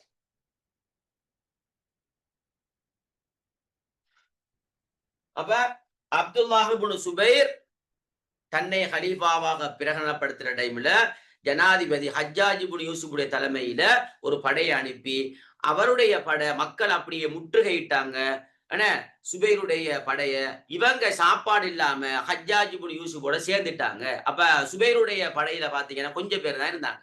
அப்ப கொஞ்சம் பேர் இருந்து போர் செய்ய இயலாது. அப்ப தாயுடைய ஆலோசனை பிரகாரம் இவர் போர் செய்ய போறாரு. போர் செய்ய போய் தான் கொலை செய்யப்படுறார். விஷயம் முடிஞ்சு இல்லையா? லேசி. நாலாவது உங்களுக்கு தெரியும், இந்த ஹவாரிஜிகள் ஷியாக்கள் எல்லா இடத்தையும் வருவாங்க. பிரச்சனை இவன் வருவாங்க 2 பேர். அதை மறக்க வேண்டாம். எனவே பிள்ளை இங்க பாத்தீங்கன்னா என்ன பாரசீக முசபத்தேமியா, பாரசீக முசபத்தேமியா என்பது இவங்கட அதிகாரத்துல இருந்துச்சு. அப்ப இவங்க பாரசீகத்தை முசபத்தேமியா பிடிச்சு கொள்ளையிலுமா ஜனாதிபதி ஏற்றுக்கொள்வாரா? இப்ப ஜனாதிபதி என்ன செய்யறாருண்டா இந்த பிரச்சனையை கிளியர் பண்ண என்பதற்காக வேண்டி முக்கல்லபுடைய தலைமையில உள்ள என்ன செய்யறாருண்டா ஒரு போர், இந்த படை தளபதி இவருடைய தலைமையில ஹவாரிஜிகள் ஷியாக்களுக்கு எதிராக ஒரு படை அனுப்பப்படுது. இந்த படை இவருடைய படை கிட்டத்தட்ட 8 மாத காலம் பிள்ளைகள் என்ன போர் செஞ்சு இதுல ஹவாரிஜிகள் தோல்வி அடைகிறாங்க. அப்ப இதோட பாரசீக முசபத்தேமியா இந்த பிரச்சனை எல்லாத்தையும் ஹலீஃபா கிளியர் பண்றா. இது 4வது குழப்பம். ஹவாரிஜிகள் ஷியாக்கள் என்ன பாரசீகத்துல சரியா பிள்ளைகள் பாரசீக முசபத்தேமியா இவங்களோட அதிகாரத்துல இருந்துச்சு. இந்த பாரசீகம் முசபத்தேமியா என்பது இவங்களுடைய அதிகாரத்துல இருந்துச்சு. அப்ப ஜனாதிபதி ஒத்துக்குவாரா இவங்களுடைய அதிகாரத்தை இருக்கிறதுக்கு? இல்ல. அப்ப இதை கிளியர் பண்ணணுமா இல்லையா? முக்கல்லபுடைய தலைமையில படை அனுப்பப்பட்டு 8 மாத காலம் போர் செய்து இந்த பிரச்சனையை ஜனாதிபதி கிளியர் பண்ணுகிறார். சரியா பிள்ளைகள்? அதே மாதிரி 5வது பிள்ளைகள் வட ஆப்பிரிக்காவில் 5வது வட ஆப்பிரிக்காவில் இஸ்லாமிய ஆட்சியை கைப்பற்ற முனைந்தமை. உரோமர்கள் இஸ்லாமிய ஆட்சியை கைப்பற்ற முனைந்தமை. அப்ப வட ஆப்பிரிக்காவில் ரோமர்கள் இஸ்லாமிய ஆட்சியை கைப்பற்றினா ஹலீஃபா சும்மா பார்த்துட்டு இருப்பாரா? பார்த்துட்டு இருக்க மாட்டார். ஹலீஃபா என்ன செய்யறாருன்னா பிள்ளைகள் ஜுஹைருடைய தலைமையில் ஒரு படை அனுப்பப்பட்டது. என்ன அப்ப படை அனுப்பப்பட்டு இந்த உரோம சாம்ராஜ்யம் தண்ட கட்டுப்பாட்டுக்குள் இவர கட்டுப்பாடு எடுக்கார். இந்த உரோம சாம்ராஜ்யத்தை இவரு சுஹைர் தண்ட கட்டுப்பாட்டுக்கு எடுக்கிறார். அந்த அடிப்படையில இந்த ஹைரவான்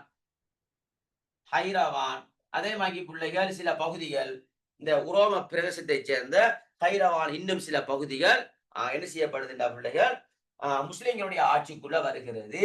எனவே ஜனாதிபதி வட ஆப்பிரிக்காவில் உரோமர்கள் இஸ்லாமிய ஆட்சியை கைப்பற்ற முனைந்தார்கள்.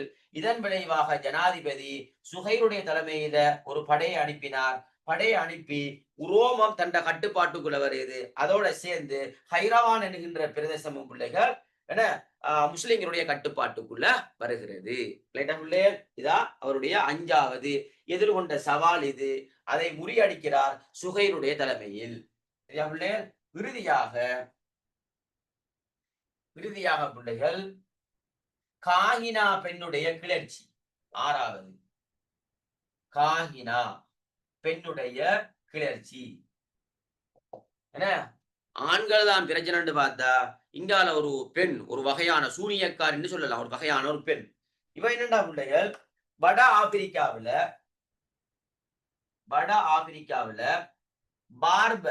பர்பர்னு சொல்லலாம். பார்பர் இன காட்டுவாசியின் தலைவி தான் இவர். வட ஆப்பிரிக்காவில பார்பர் இன காட்டுவாசியுடைய ஒரு தலைவி காஹினா என்கின்ற ஒரு பெண் இருந்தால் இவள் பிள்ளை என்ன செஞ்சா மாயாஜால வித்தையெல்லாம் காட்டி தன்னிடம் தெய்வ பிரதி இருப்பதாக பிரகடனப்படுத்தினாள். ஒரு மாயாஜால வித்தையெல்லாம் காட்டி மக்கள்கிட்ட ஒரு இடையிட்ட தெய்வ பிரதி இருப்பதாக சொல்லி ஒரு பெரிய டீம் ஒன்றை வச்சு கொண்டார். எந்த அளவுக்குண்டா மர்வானுடைய ஆட்சி காலத்துல பிள்ளைகள் முஸ்லிம்களுடைய சில பிரதேசங்கள் இவருடைய தலைமையில வெற்றி கொள்ளப்பட்டிருக்குது. அப்ப பார்த்தா நாம சும்மா லேசான ஆள் இல்ல, சும்மா கம்பீரமான ஒரு பெண். எனவே நம்மளால எல்லாம் ஏலும். ஏற்கனவே நாம மர்வானுடைய ஆட்சி காலத்துல சில பிரதேசங்களை கைப்பற்றி இருக்கிறோம். இப்ப ஜனாதிபதியாக இருக்கிறது அப்துல் மலிக் பின் மர்வான். இவரோட நாம் என்ன செய்வோம்டா போராடுவோம் என்ற ஒரு முடிவுக்கு வாரால். இப்ப என்ன செய்யறாருண்டா என்ன இவருடைய ஆட்சி காலத்துல முஸ்லிம்களை போருக்காக வேண்டி அழைத்தால் போருக்கு வாங்கோ. அந்த ஹலீஃபாவுக்கு சூடாயிடுச்சு. அந்த என்ன இடி உண்ட வாய் அடக்குறேன்னு சொல்லி ஹலீஃபா என்ன செஞ்சாருண்டா பிள்ளைகள், கிறிஸ்துவுக்கு பின் 702 ஹஸ்ஸான் இப்னு நுஅமான்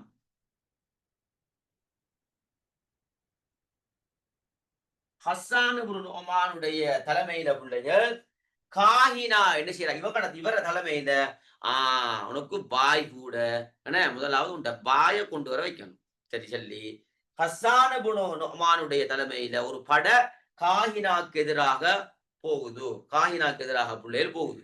இந்த பட போர் செஞ்சு இந்த காஹினாவுடைய தலை ஹலீஃபாட முன்னுக்கு கொண்டு வரப்பட்டது. என்ன இதான உண்டவாய், இந்த வாயாலான நீ பேசின பாரணும் சரியா பிள்ளை அப்படின்னு எழுதுறல பிள்ளைல சும்மா கதை வாங்கி சொல்றவங்களும் சரியா கதை வாங்கி சொல்றேன். அப்ப ஹஸ்ஸான் இப்னு நுஅமானுடைய தலைமையில ஒரு படை அனுப்பப்பட்டு காஹினா கொலை செய்யப்படுகிறார். இதோட பிள்ளைகள் என்ன பிரச்சனை எல்லாம் வட ஆப்பிரிக்காவுடைய பிரச்சனை ஹலீஃபாட ஆட்சி காலத்துல கிளியர் ஆகுது. இதான் பிள்ளைகள் அப்துல் மலிக் பின் மர்வான் எதிர்கொண்ட சவால்களும் அந்த சவாலை எவ்வாறு முறியடித்தார். சில டைம்ல இந்த முறை பிள்ளைகள் சில டைம்ல கேட்கலாமேண்டா இவரு வரல, அண்மை காலமாக இல்ல. வலீத் இப்னு அப்துல் மலிக் வந்திருக்காரு, உமர் இப்னு அப்துல் அசீஸும் வந்திருக்காரு, முக்கியமான ஹலீஃபாக்கள். அப்ப சில டைம்ல பிள்ளைகள் முஆவியா சம்பந்தமாக கேட்கலாம், அல்லது அப்துல் மலிக் பின் மர்வான் சம்பந்தமாக என்ன செய்யலாம் பிள்ளைகள் கேட்கலாம். அப்ப அதுக்கு ஏற்ற மாதிரி உங்களுக்கு எல்லாம் அழகா என்ன உமர் இப்னு அப்துல் அசீஸ் படி தந்திருக்கிறார், முஆவியாவை படி தந்திருக்கிறார், அப்துல் மலிக் பின் மர்வான் என்ன அதே மாதிரி உமையாக்களுடைய எழுச்சி, உமையாக்களுடைய வீழ்ச்சி என்ன இப்படி உமையாக்களுடைய சாதனைகள் எல்லாம் அழகா தந்திருக்கிறார். இதான் உமையாக்கள் சரியா பிள்ளைகள் நல்லா படிச்சு கொள்ளுங்க. இன்ஷால்லா அடுத்தது அப்பாசியர்கள்ல முக்கியமா அபு ஜாஃபர் மன்சூரை படிக்கணும். ஹாரூன் ரஷீதுக்கும் பர்மக்கியலுக்கும் இடையிலான தொடர்பு என்ன அந்த விஷயத்தை கட்டாயம் பார்க்கணும். ஆனா ஹலீஃபா மாமூமுடைய அறிவியல் பங்களிப்பு இருக்குது. இப்படி அப்பாசியர்கள்ல சில முக்கியமான ஹலீஃபாக்கள் இருக்காங்க. இன்ஷால்லா நம்ம அடுத்த வகுப்புல அதை பார்த்தோம்டா அப்பாசியர்களையும் கிளியர் பண்ணலாம். உமையாக்களை நல்லா படிச்சு கொள்ளுங்க, என்ன நல்லா அழகா படிச்சு கொள்ளுங்க பிள்ளை. இன்ஷால்லா அடுத்த வகுப்புல சந்திப்போம் பிள்ளைகள். இன்ஷா ரெக்கார்டிங் நான் போடுறேன். போயிட்டு வர பிள்ளைகள் துவா செஞ்சு கொள்ளுங்க. அஸ்ஸலாமு அலைக்கும் வரஹ்மத்துல்லாஹி வபரகாத்துஹு.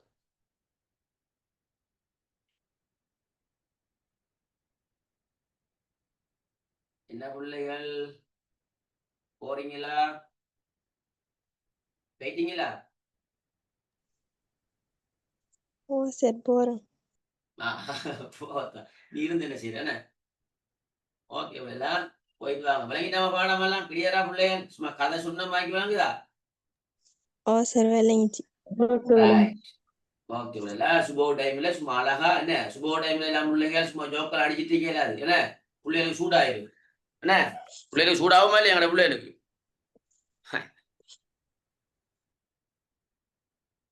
ரைட். பதால பிள்ளைகள் ஒரு பிரச்சனையும் இல்லாம டைம் அப்படித்தானே பிள்ளைகள் சுபோ டைம் அப்ப கூலா அப்படியே கொண்டு போகணும். அதான் எந்த இடையில எந்த பேச்சும் எடுக்காம அப்படியே கூலா கொண்டு போகணும். எந்த டைம்ல அழகா இருப்பீங்க சரி என்ன நல்ல அமைதியான டைம். சும்மா கதையை அப்படியே அழகா தந்துட்டு இருக்கிறது. விஷயம் முடிஞ்சு அழகா விலகி கொள்ளுங்க, அழகா தலைக்கு எடுங்க கதையை. எனவே விஷயம் முடிஞ்சு. ஆனா வலீத் இப்னு அப்துல் மலிக் விளங்கப்படுத்திட்டீங்க பிள்ளை எல்லாம் பாசிபிள் வந்த போன வருஷம் வந்ததுதான் வந்த வராத எல்லாம் மிக்ஸ் பண்ணி விளங்கப்படுத்திட்டு இருக்குது. நல்லா படிங்க. இன்ஷா அல்லாஹ் அடுத்த வகுப்புல சந்திப்போம். போயிட்டு வாரமா. அஸ்ஸலாமு அலைக்கும் வரஹ்மத்துல்லாஹி வபரகாத்துஹு. வலைக்கும் அஸ்ஸலாம். வலைக்கும் அஸ்ஸலாம்.